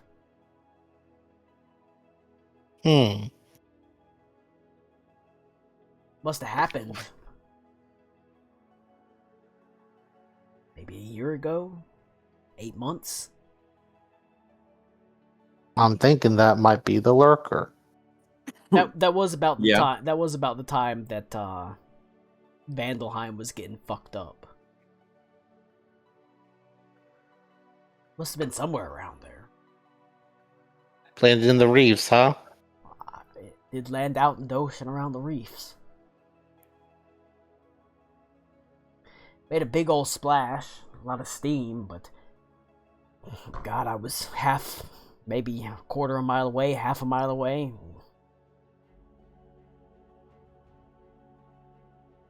Well, that's interesting. After that, the Kuatoa didn't seem different, but I haven't spoken with him for a little bit because I've been so sort of harangued and hunted. Why? Is there something happening? Well, they're having some troubles. And I just didn't know if being out in the ocean, you see things that the people in the town don't. Because you have to be out all the time. He nods his head and he says, well, I suppose I did. A lot of people ignore the Kuatoa. They think I'm queer, strange, different. Too gay. Too gay, but I know that they're not any different than us. They just happen to live under the water. Well, that could be something, that could be nothing. We don't know enough to know. But I've made friends in and amongst them. The meteor is currently a known unknown. But yeah, he's like, yeah, something did happen. And, it happened in such a way that, is months ago, and it didn't seem like that big of a deal. But now that everything's compounding on everything else, maybe it was. Like at the time, he probably wouldn't have known. Like he certainly, at the time, he wouldn't have had no clue that there was a raid on Vandelheim. He wouldn't have found out till later.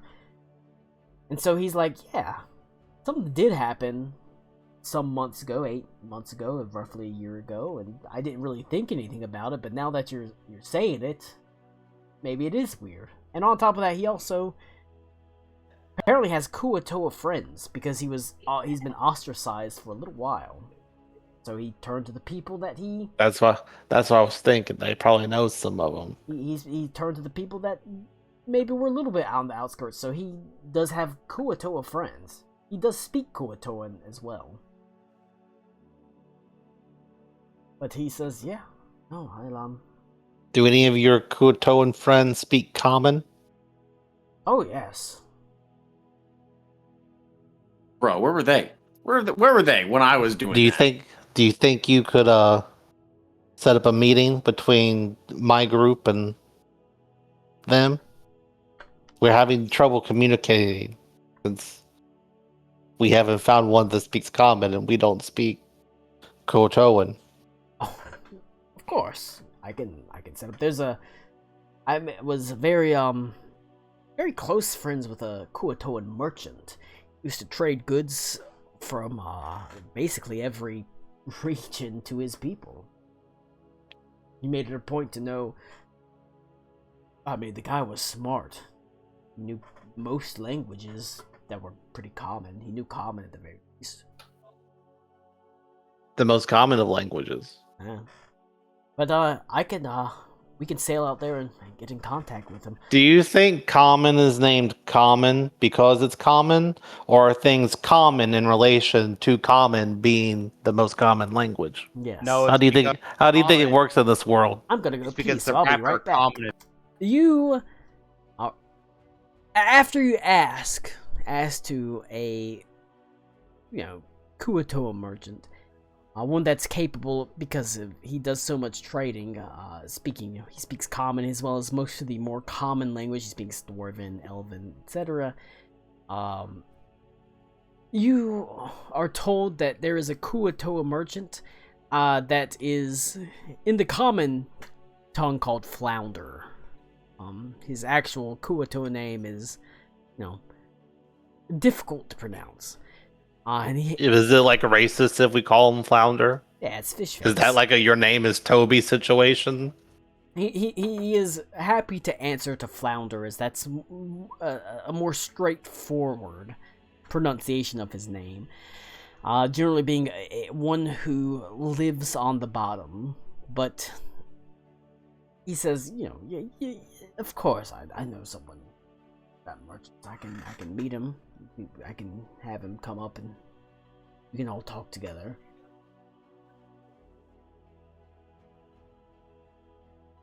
That would be very helpful for us. I'll have to get in touch with him, but it shouldn't take more than I won't have to do more than sail out to the reefs, fetch him. It's all right. We got time. Oh, do you want me to? I think. You want me to drop you off at the Alvalindra, or you want to go out there with us? I need to get dropped off. I need to inform the group. All right. Kevin, get the rowboat ready. Actually, he sort of says, Kevin, take him out with the rowboat. You can just stay in town and come back to the ship whenever we pick him up. As Kevin sort of says, right, Captain. The crew readily gets the rowboat ready for you to go on the shore as they lower it down. Kevin joins you, and he sort of begins hefting you out to sea. As you can see, the boat turns and begins heading out into the deeps of the ocean towards the reef. I wait like a minute for them to get a ways out, and I say, "See, you didn't even ask what we were doing." He sort of shrugs and says, "Alright." I think he kind of trusts you at this point, although sort of narrows his eyes. I don't know if he should. What? I'm just saying, I don't know. If you've been paying attention, what's the name of the city that you initially started in? Valheim. Nope. He kills you. He cuts your throat and pushes you over the boat. Nope, that's not the city you started in. It's Vandalheim. It's Vandalheim. That's Valheim. I've been saying Valheim since the first session. Agmanos is dead. Ryan, you gotta make a new character. You got your throat. This is the first session I've been saying Valheim, and I don't ever plan on. You've been pushed into the fucking. You had your neck throat. You cut and pushed into the ocean. No one's gonna care. Well, in Valheim, you just respawn. That's true. A Valkyrie does sit you down conveniently right back on the boat. A Valkyrie sits you down right at the Broken Harp, so you.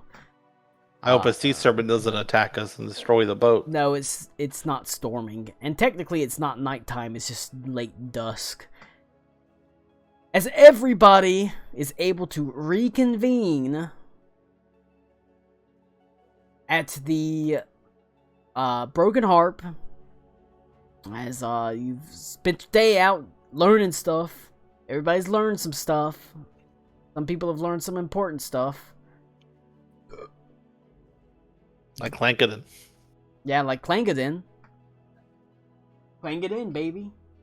So, whenever you arrive at the Broken Harp, it's, once again, relatively simple rations, as there is a little bit of a food shortage going on. And you all sit down to the same long table.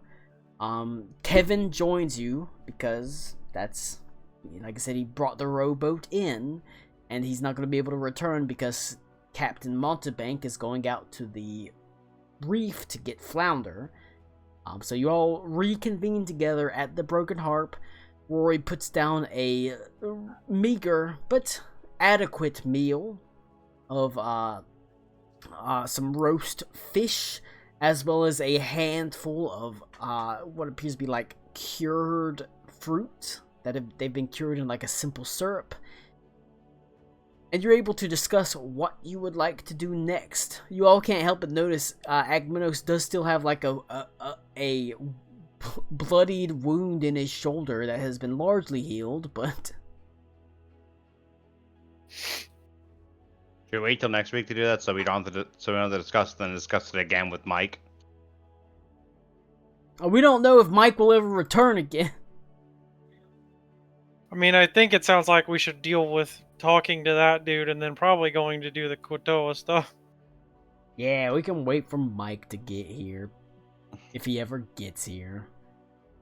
Well, I mean, if he's not here next week, then yeah, we just go at him. But like I'm saying, All it's right. already midnight. Might as well discuss it with him next week. I am getting sleepy, so you all reconvene, and next week, like I said, you've learned some pretty important stuff about the High Priestess, about who's trying to kill Captain Montebank and why they're trying to kill Captain Montebank.